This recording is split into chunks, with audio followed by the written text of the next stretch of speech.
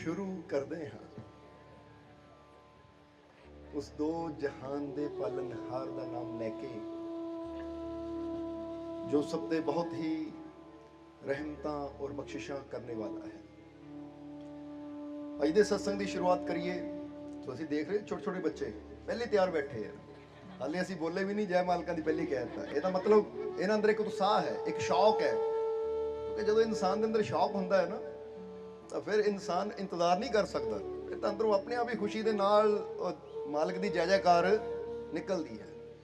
और वाकई अज टाइम भी खुशियां का है, अज टाइम भी आनंद का है, क्योंकि सत्संग दे विच आना, सत्संग दे विच बैठना ही एक समझ लो कि आनंद की घटना होंदी है। जिस तरह कई इंसान लभदे है कि मैनू खुशी मिले, मैनू आनंद मिले, मैनू कामयाबी मिले, पर जिन्हों थोड़ी जी भी समझ होंदी है ना वो सत्संग च आके बह जाता है। कोई पूछे भी सत्संग की कर रहे हैं, वो दसदा कि यही तो जगह है जिथे आनंद भी मिलना है, खुशी भी मिलनी है, कामयाबी भी मिलनी है, क्योंकि मालिक की रहमत भी मिलनी है और वो परम पिता परमात्मा भी मिलना है। सब कुछ तो इसी जगह मिल जाना है। इसलिए सत्संग दे विच आना ही एक बहुत बड़ी गल होंदी है। और जदों आके इंसान प्रेम शरधा नाल बैठदा है तो फिर उन्होंने खुद नूं नहीं पता हुंदा कि उन्हें की कुछ लै जाना है, क्योंकि उहदियां रहमतां दे भंडार या उहदी प्रभु की कृपा, परमात्मा की रहमत बख्शिश कुछ ऐसी हुंदी है कि जिहदा इंसान की बुद्धि अंदाजा कदी ला ही नहीं सकती। जिद्दां हुण समझ लो कोई इंसान रब दे घर की तरफ तुरिया होवे तो कोई पूछे भाई किधर जा रहा हाँ, मैं रब दे घर जा रहा हाँ, मिलना की उत्थों तैनूं? जे हुण कोई पूछे मिलना की है तो बंदा कहे कि मेरी मत बड़ी थोड़ी है, तो मेरा मालिक, मेरा परमात्मा, मेरा प्रभु वो बड़ी समर्था का मालिक है। जिद्दां गुरबाणी कहती ना, तू समर्थ बड़ा मेरी मत थोड़ी राम, कि मैं की दस सकदा मैनूं की मिलना, क्योंकि इन्ना जरूर पता है जे अपने मालिक के घर तक पहुंच गया तो मेरी सोच तो ज्यादा ही मिलेगा। सो अंदाजा नहीं लगाया जा सकता कि उहदे घर चों की मिल सकता है। बस इन्ना इंसान नूं एक विश्वास रखना पैंदा है कि जे मैं उसके दर तक पहुंच गया, उसके घर तक पहुंच गया, तो मैं उन्ना सोचा भी नहीं है जिन्ना मेरे प्रभु ने, मेरे परमात्मा ने, मेरे मालिक ने मैनू दे देना है। क्योंकि आंदा है ना कि जे वड आप ते वड तेरी। हुण कहंदे बंदा तो छोटा जिहा है, अगर बंदे की देखी जाए तो बड़ी छोटी जी सीमा है, पर वह तो असीम है जिहदा कोई अंत ही नहीं है। इसलिए अगर इंसान विश्वास रखता अपने मालिक ते तो फिर वाकई ये गल सच्ची है। यकीन रखियो, लिख लो अपने दिल ते कि अगर मैं अपने परमात्मा ते, प्रभु ते, उस मालिक ते विश्वास रखदा है तो सदा मेरी सोच तो मैनू ज्यादा ही दिंदा भी है और ज्यादा देगा भी। क्योंकि दिंदा दे लैंदे बंदा थक जाएगा, मुक जाएगा, बंदे का अंत आ जाएगा, पर उहदियां दातां दा कोई अंत नहीं है। बस विश्वास रखना पैंदा है। सो अज जे असीं सत्संग च आए हैं ये आनंद लैण वास्ते, वो मालिक दीयां रहमतां, बख्शिशां, खुशियां नूं लैण वास्ते, तो सब तो पहला तो असी उस परिवार नूं, जिस परिवार की वजह के नाल अज सानू सारियां नूं इस सत्संग च बैठण का मौका मिलिया है, ये आनंद लैण का मौका मिलिया है, जिस परिवार की वजह नाल अज असीं रहमतां दे खजाने प्राप्त करने वास्ते इत्थे इकट्ठे होए हैं। सब तो पहला असीं अपनी तरफों राई हुई सारी संगत की तरफों ये परिवार के सारे मैंबरां नूं बहुत बहुत बधाई देवांगे, बहुत बहुत मुबारकबाद देवांगे।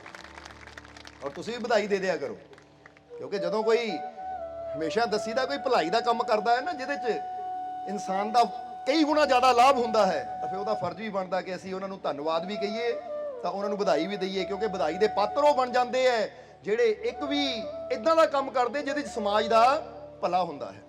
और फिर सत्संग तां वो स्थान होंदा है जिथे आके इंसान की जिंदगी भी बदलती है और इंसान के जीवन च खुशियां भी आंदियां हैं और इंसान के जीवन दी सारियां कमियां भी पूरियां हो जांदियां हैं। इसलिए एक बार फिर साडे कोल इस परिवार नूं बहुत बहुत बधाई। और सारी संगत रल के इस परिवार वास्ते उस मालिक के चरणों च अरदास बेनती करिए कि ये परिवार नूं ओ मालिक खुशियां दे नाल, रहमतां दे नाल, बरकतां दे नाल भरपूर रखण। आने वाला समा इन्हां वास्ते खुशियां, कामयाबी, सफलता भरिया आवे। दिन दुगनी रात चौगनी मालिक इन्हां तरक्की देण, तंदुरुस्ती देण, आपसी प्यार मुहब्बत इन्हां दा हमेशा बनिया रवे। इन्हां दे रिस्क विच, कम्मां कारां च मालिक बरकत देण और इन्नी ताकत इन्हां नूं देण कि हर साल ये इसी तरह सत्संग करवाते रहन, तो असीं भी सारे इसी तरह सत्संग का आनंद लैंदे रहिए। ये सारे रल के बेनती करो। कर दित्ती तो हुण आओ अज सत्संग च आउण दा जो मकसद है हुण उहदी तरफ चलीए, क्योंकि सत्संग च आउण दा भी एक मकसद हुंदा है। समझदे हो कि नहीं? और मकसद की है अज सत्संग च आके बैठण दा मकसद की है? तुहाडा तां सानूं पता नहीं, पर साडा मकसद बहुत बड़ा है। समझदे हो कि नहीं? ਕਿਉਂਕਿ ਹੋ ਸਕਦਾ ਤੁਹਾਡੇ ਜੋ ਕਿਸੇ ਦਾ ਮਕਸਦ ਹੋਵੇ ਮੇਰੇ ਗੋਡੇ ਠੀਕ ਹੋ ਜਾਣ, ਮੇਰੇ ਆਹ ਪ੍ਰੋਬਲਮ ਹੈ, ਮੇਰੀ ਇਹ ਪ੍ਰੋਬਲਮ ਠੀਕ ਹੋ ਜਾਵੇ, ਮੇਰਾ ਬਾਹਰਲਾ ਕੰਮ ਨਹੀਂ ਬਣਦਾ, ਮੇਰਾ ਬਾਹਰਲਾ ਕੰਮ ਬਣ ਜਾਵੇ, ਜਾਂ ਮੇਰੇ ਬੱਚੇ ਕਹਿਣਾ ਨਹੀਂ ਮੰਨਦੇ, ਮੇਰਾ ਬੱਚਾ ਕਹਿਣਾ ਮੰਨਣ ਲੱਗ ਜਾਵੇ, ਮੇਰੀ ਦੁਕਾਨ ਨਹੀਂ ਚੱਲਦੀ, ਮੇਰੀ ਦੁਕਾਨ ਚੱਲਣ ਲੱਗ ਜਾਵੇ। ਹੋ ਸਕਦਾ ਤੁਸੀਂ ਇਦਾਂ ਦੀ ਸੋਚ ਲੈ ਕੇ ਬੈਠੇ ਹੋਵੋ, ਕਿਉਂਕਿ ਹਰ ਇੱਕ ਇਨਸਾਨ ਦਾ ਗੁਰੂਆਂ, ਰਹਿਬਰਾਂ, ਸੰਤਾਂ, ਮਹਾਂਪੁਰਸ਼ਾਂ ਦੇ ਕੋਲ ਜਾਣ ਦਾ ਕੋਈ ਨਾ ਕੋਈ ਮਕਸਦ ਹੁੰਦਾ ਹੈ। ਕੋਈ ਕਿਸੇ ਭਾਵਨਾ ਨਾਲ ਜਾਂਦਾ ਹੈ, ਕੋਈ ਕਿਸੇ ਭਾਵਨਾ ਨਾਲ ਜਾਂਦਾ ਹੈ। ਸੋ ਤੁਹਾਡਾ ਮਕਸਦ ਜਿੱਥੇ ਦੁਨੀਆ ਦੀਆਂ ਚੀਜ਼ਾਂ ਮੰਗਣ ਵਾਸਤੇ ਹੈ ਕਿ ਮੈਨੂੰ ਆਹ ਮਿਲ ਜਾਵੇ, ਮੇਰਾ ਆਹ ਕੰਮ ਹੋ ਜਾਵੇ, ਪਰ ਅਸੀਂ ਜਿਸ ਮਕਸਦ ਨਾਲ ਆਏ ਆ ਨਾ, ਸਾਡਾ ਮਕਸਦ ਬਹੁਤ ਬੜਾ ਹੈ। ਪਤਾ ਸਾਡਾ ਮਕਸਦ ਕੀ ਹੈ? ਜਿਹਦਾ ਫਿਰ ਕਵਾਂਗੇ ਤੁਹਾਡਾ ਮਕਸਦ ਤਾਂ ਹੋਏਗਾ ਸ਼ਾਇਦ ਦਰਦਾਂ ਨੂੰ ਦੂਰ ਕਰਨ ਵਾਸਤੇ, ਕੰਮਾਂ ਕਾਰਾਂ 'ਚ ਬਰਕਤ ਵਾਸਤੇ, ਤੰਦਰੁਸਤੀ ਵਾਸਤੇ, ਜਾਂ ਕੋਈ ਹੋਰ ਪ੍ਰੋਬਲਮ ਹੈ ਮੁਸ਼ਕਿਲ ਉਹਦੇ ਹੱਲ ਵਾਸਤੇ, ਪਰ ਸਾਡਾ ਮਕਸਦ ਬਹੁਤ ਬੜਾ ਹੈ। ਸਾਡਾ ਮਕਸਦ ਇੱਥੇ ਆਉਣ ਦਾ ਕੀ ਹੈ, ਇਹ ਸਤਸੰਗ ਕਰਨ ਦਾ ਕੀ ਹੈ? ਸਾਡਾ ਮਕਸਦ ਇਹ ਹੈ ਕਿ ਤੁਹਾਨੂੰ ਇਨਸਾਨ ਤੋਂ ਭਗਵਾਨ ਬਣਾਇਆ ਜਾਵੇ, ਤੁਹਾਨੂੰ ਇੱਕ ਬੀਜ ਤੋਂ ਬ੍ਰਿਕਸ਼ ਬਣਾਇਆ ਜਾਵੇ, ਤੁਹਾਡੇ ਅੰਦਰ ਬੈਠੀਆਂ ਸ਼ਕਤੀਆਂ ਬਾਰੇ ਤੁਹਾਨੂੰ ਜਾਣਕਾਰੀ ਦਿੱਤੀ ਜਾਵੇ, ਔਰ ਤੁਹਾਡੀਆਂ ਉਹ ਸ਼ਕਤੀਆਂ ਨੂੰ ਜਗਾਇਆ ਜਾਵੇ, ਤਾਂ ਕਿ ਤੁਹਾਡੇ ਜੀਵਨ ਦੇ ਵਿੱਚ ਜੋ ਤਕਲੀਫਾਂ, ਦੁੱਖ, ਪਰੇਸ਼ਾਨੀਆਂ ਹੈ, ਇਹ ਪਰੇਸ਼ਾਨੀਆਂ ਦਾ ਸਦਾ ਵਾਸਤੇ ਅੰਤ ਹੋ ਜਾਵੇ, ਔਰ ਤੁਸੀਂ ਆਪਣੇ ਜੀਵਨ ਨੂੰ ਆਨੰਦਮਈ ਬਣਾ ਸਕੋ। ਕਿਉਂਕਿ ਤੁਹਾਨੂੰ ਵੀ ਨਹੀਂ ਪਤਾ ਕਿ ਤੁਹਾਡੇ ਅੰਦਰ ਉਸ ਮਾਲਿਕ ਨੇ, ਉਸ ਪਰਮਾਤਮਾ ਪ੍ਰਭੂ ਨੇ, ਜਿਸਨੇ ਤੁਹਾਨੂੰ ਜ਼ਿੰਦਗੀ ਦਿੱਤੀ ਹੈ, ਜਿਸਨੇ ਤੁਹਾਨੂੰ ਜੀਵਨ ਦਿੱਤਾ, ਉਸਨੇ ਕੀ ਕੁਝ ਤੁਹਾਡੇ ਅੰਦਰ ਰੱਖਿਆ ਹੋਇਆ ਹੈ, ਇਹਦੇ ਬਾਰੇ ਅੱਜ ਤੁਹਾਨੂੰ ਪਤਾ ਹੀ ਨਹੀਂ ਹੈ। ਇਸ ਲਈ ਜਿੱਦਾਂ ਜਿੱਦਾਂ ਨਾ ਜਦੋਂ ਅਸੀਂ ਧਿਆਨ ਤੇ ਬੈਠਦੇ ਹਾਂ, ਆਪਣੇ ਮਾਲਿਕ ਦੀ ਬੰਦਗੀ 'ਚ, ਉਹਦੀ ਯਾਦ 'ਚ ਬਹਿੰਦੇ ਹਾਂ, ਉਹ ਜਿੱਦਾਂ ਜਿੱਦਾਂ ਸੁਰਤੀ ਅੰਦਰ ਹੋਰ ਜ਼ਿਆਦਾ ਉਚਾਈ ਤੇ ਜਾਂਦੀ ਹੈ, ਤਾਂ ਉਸ ਤਰ੍ਹਾਂ ਪਤਾ ਲੱਗਦਾ ਕਿ ਵਾਹ ਮੇਰੇ ਮਾਲਿਕ, ਵਾਹ ਪ੍ਰਮਾਤਮਾ, ਵਾਹ ਪ੍ਰਭੂ, ਐ ਨਿਰੰਕਾਰ ਤੋਂ ਇਦਾਂ ਇੰਨਾ ਕੁਝ ਅੰਦਰ ਰੱਖਿਆ ਹੋਇਆ ਹੈ। ਇੱਕ ਛੋਟੇ ਜਿਹੇ ਵਜੂਦ ਅੰਦਰ, ਇੱਕ ਛੋਟੇ ਜਿਹੇ ਸਰੀਰ ਦੇ ਅੰਦਰ, ਇਹ ਤਾਂ ਇਸੇ ਤਰ੍ਹਾਂ ਜਿਸ ਤਰ੍ਹਾਂ ਇੱਕ ਛੋਟੇ ਜਿਹੇ ਲੋਟੇ 'ਚ ਨਾ ਕਿਸੇ ਨੇ ਸਾਗਰ ਪੂਰਾ ਪਾ ਦਿੱਤਾ। ਤਾਂ ਹੀ ਤਾਂ ਗੁਰਬਾਣੀ ਅੰਦਰ ਆਂਦਾ ਨਾ, ਜੋ ਬ੍ਰਹਮੰਡੇ ਸੋਈ ਪਿੰਡੇ। ਕਿੱਡਾ ਵੱਡਾ ਬ੍ਰਹਿਮੰਡ ਹੈ। ਜੇ ਤੁਸੀਂ ਸਾਇੰਸ ਨੂੰ ਪੁੱਛੋ ਨਾ ਕਿ ਬ੍ਰਹਿਮੰਡ ਕਿੱਡਾ ਕੁ ਬੜਾ ਹੈ, ਤਾਂ ਜ਼ਰਾ ਹੁਣ ਸਮਝ ਲੈਣਾ, ਉਹ ਦੱਸਦੇ ਹੈ ਕਿ ਅਗਰ ਬ੍ਰਹਿਮੰਡ ਦੇ ਇੱਕ ਕੋਨੇ ਤੋਂ ਦੂਜੇ ਕੋਨੇ ਤੱਕ ਜਾਣਾ ਹੋਵੇ ਨਾ ਪ੍ਰਕਾਸ਼ ਦੀ ਸਪੀਡ ਨਾਲ, ਪ੍ਰਕਾਸ਼ ਯਾਨੀ ਲਾਈਟ ਦੀ ਸਪੀਡ ਨਾਲ, ਤਾਂ ਫਿਰ ਵੀ ਕਿੰਨੇ ਅਰਬ ਖਰਬ ਸਾਲ ਲੱਗਣਗੇ, ਤਾਂ ਫਿਰ ਵੀ ਉਹ ਯਾਤਰਾ ਪੂਰੀ ਨਹੀਂ ਹੋਏਗੀ। ਇੰਨਾ ਲੰਬਾ ਸਫ਼ਰ ਹੈ, ਸਮਝਦੇ ਹੋ ਕਿ ਨਹੀਂ? ਅਗਰ ਧਰਤੀ ਤੋਂ ਇੱਕ ਰਾਕੇਟ ਨੂੰ ਮੰਗਲ ਗ੍ਰਹਿ ਤੇ ਭੇਜਣਾ ਹੋਵੇ ਤਾਂ ਕਿੰਨੇ ਮਹੀਨੇ ਲੱਗ ਜਾਂਦੇ ਹੈ।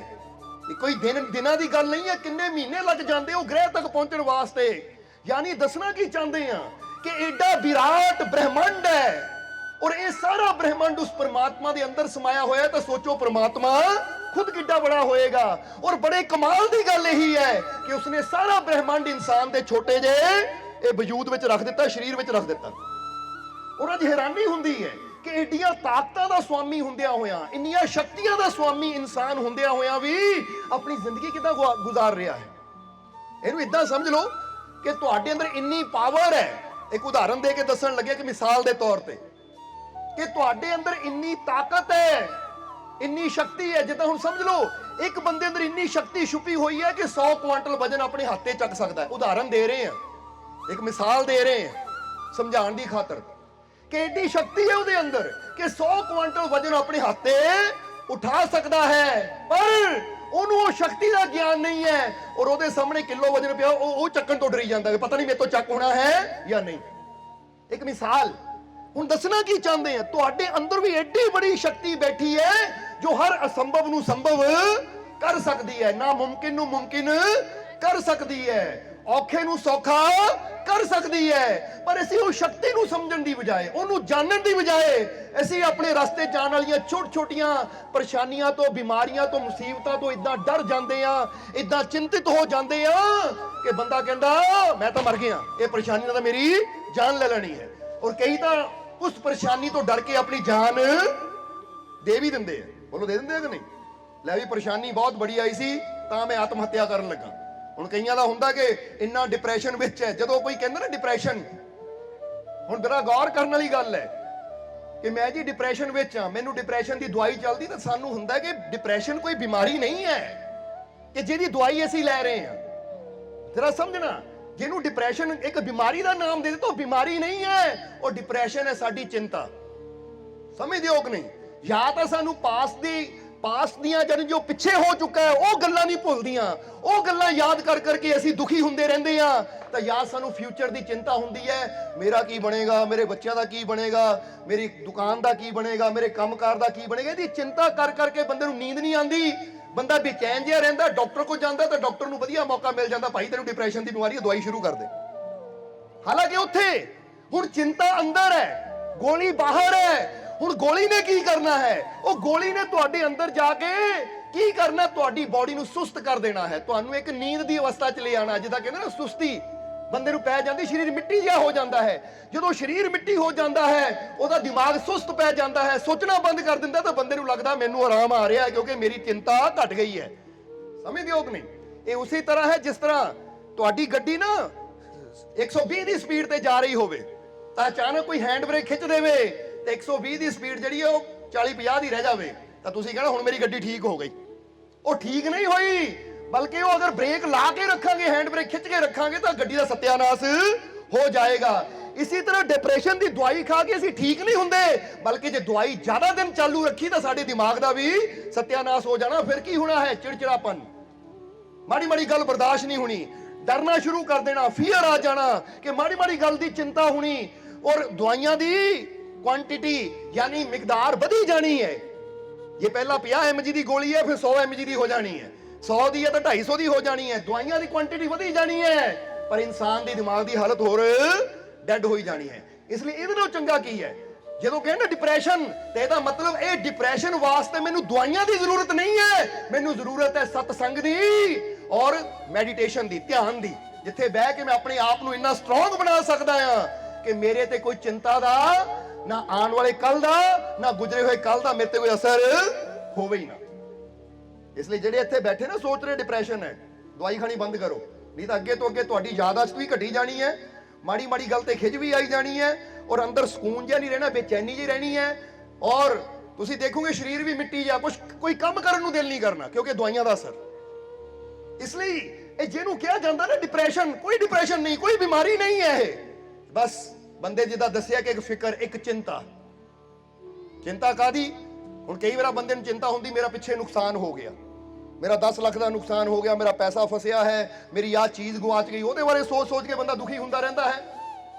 ਔਰ ਜਾਂ ਫਿਰ ਜਿੱਦਾਂ ਦੱਸਿਆ ਫਿਊਚਰ ਕੀ ਬਣੇਗਾ ਮੇਰਾ, ਪਤਾ ਨਹੀਂ ਮੈਂ ਅੱਗੇ ਕਾਮਯਾਬ ਹੋਣਾ ਜਾਂ ਨਹੀਂ ਹੋਣਾ, ਮੇਰੇ ਬੱਚੇ ਪਾਸ ਹੋਣੇ ਜਾਂ ਨਹੀਂ ਹੋਣੇ, ਮੇਰੇ ਬੱਚੇ ਦਾ ਵੀਜ਼ਾ ਲੱਗਣਾ ਜਾਂ ਨਹੀਂ ਲੱਗਣਾ, ਜੋ ਕਿ ਫਿਊਚਰ 'ਚ ਹਾਲੇ ਹੋਇਆ ਨਹੀਂ, ਜਾਂ ਉਹਦੀ ਚਿੰਤਾ ਬੰਦਾ ਕਰਦਾ ਰਹਿੰਦਾ ਹੈ।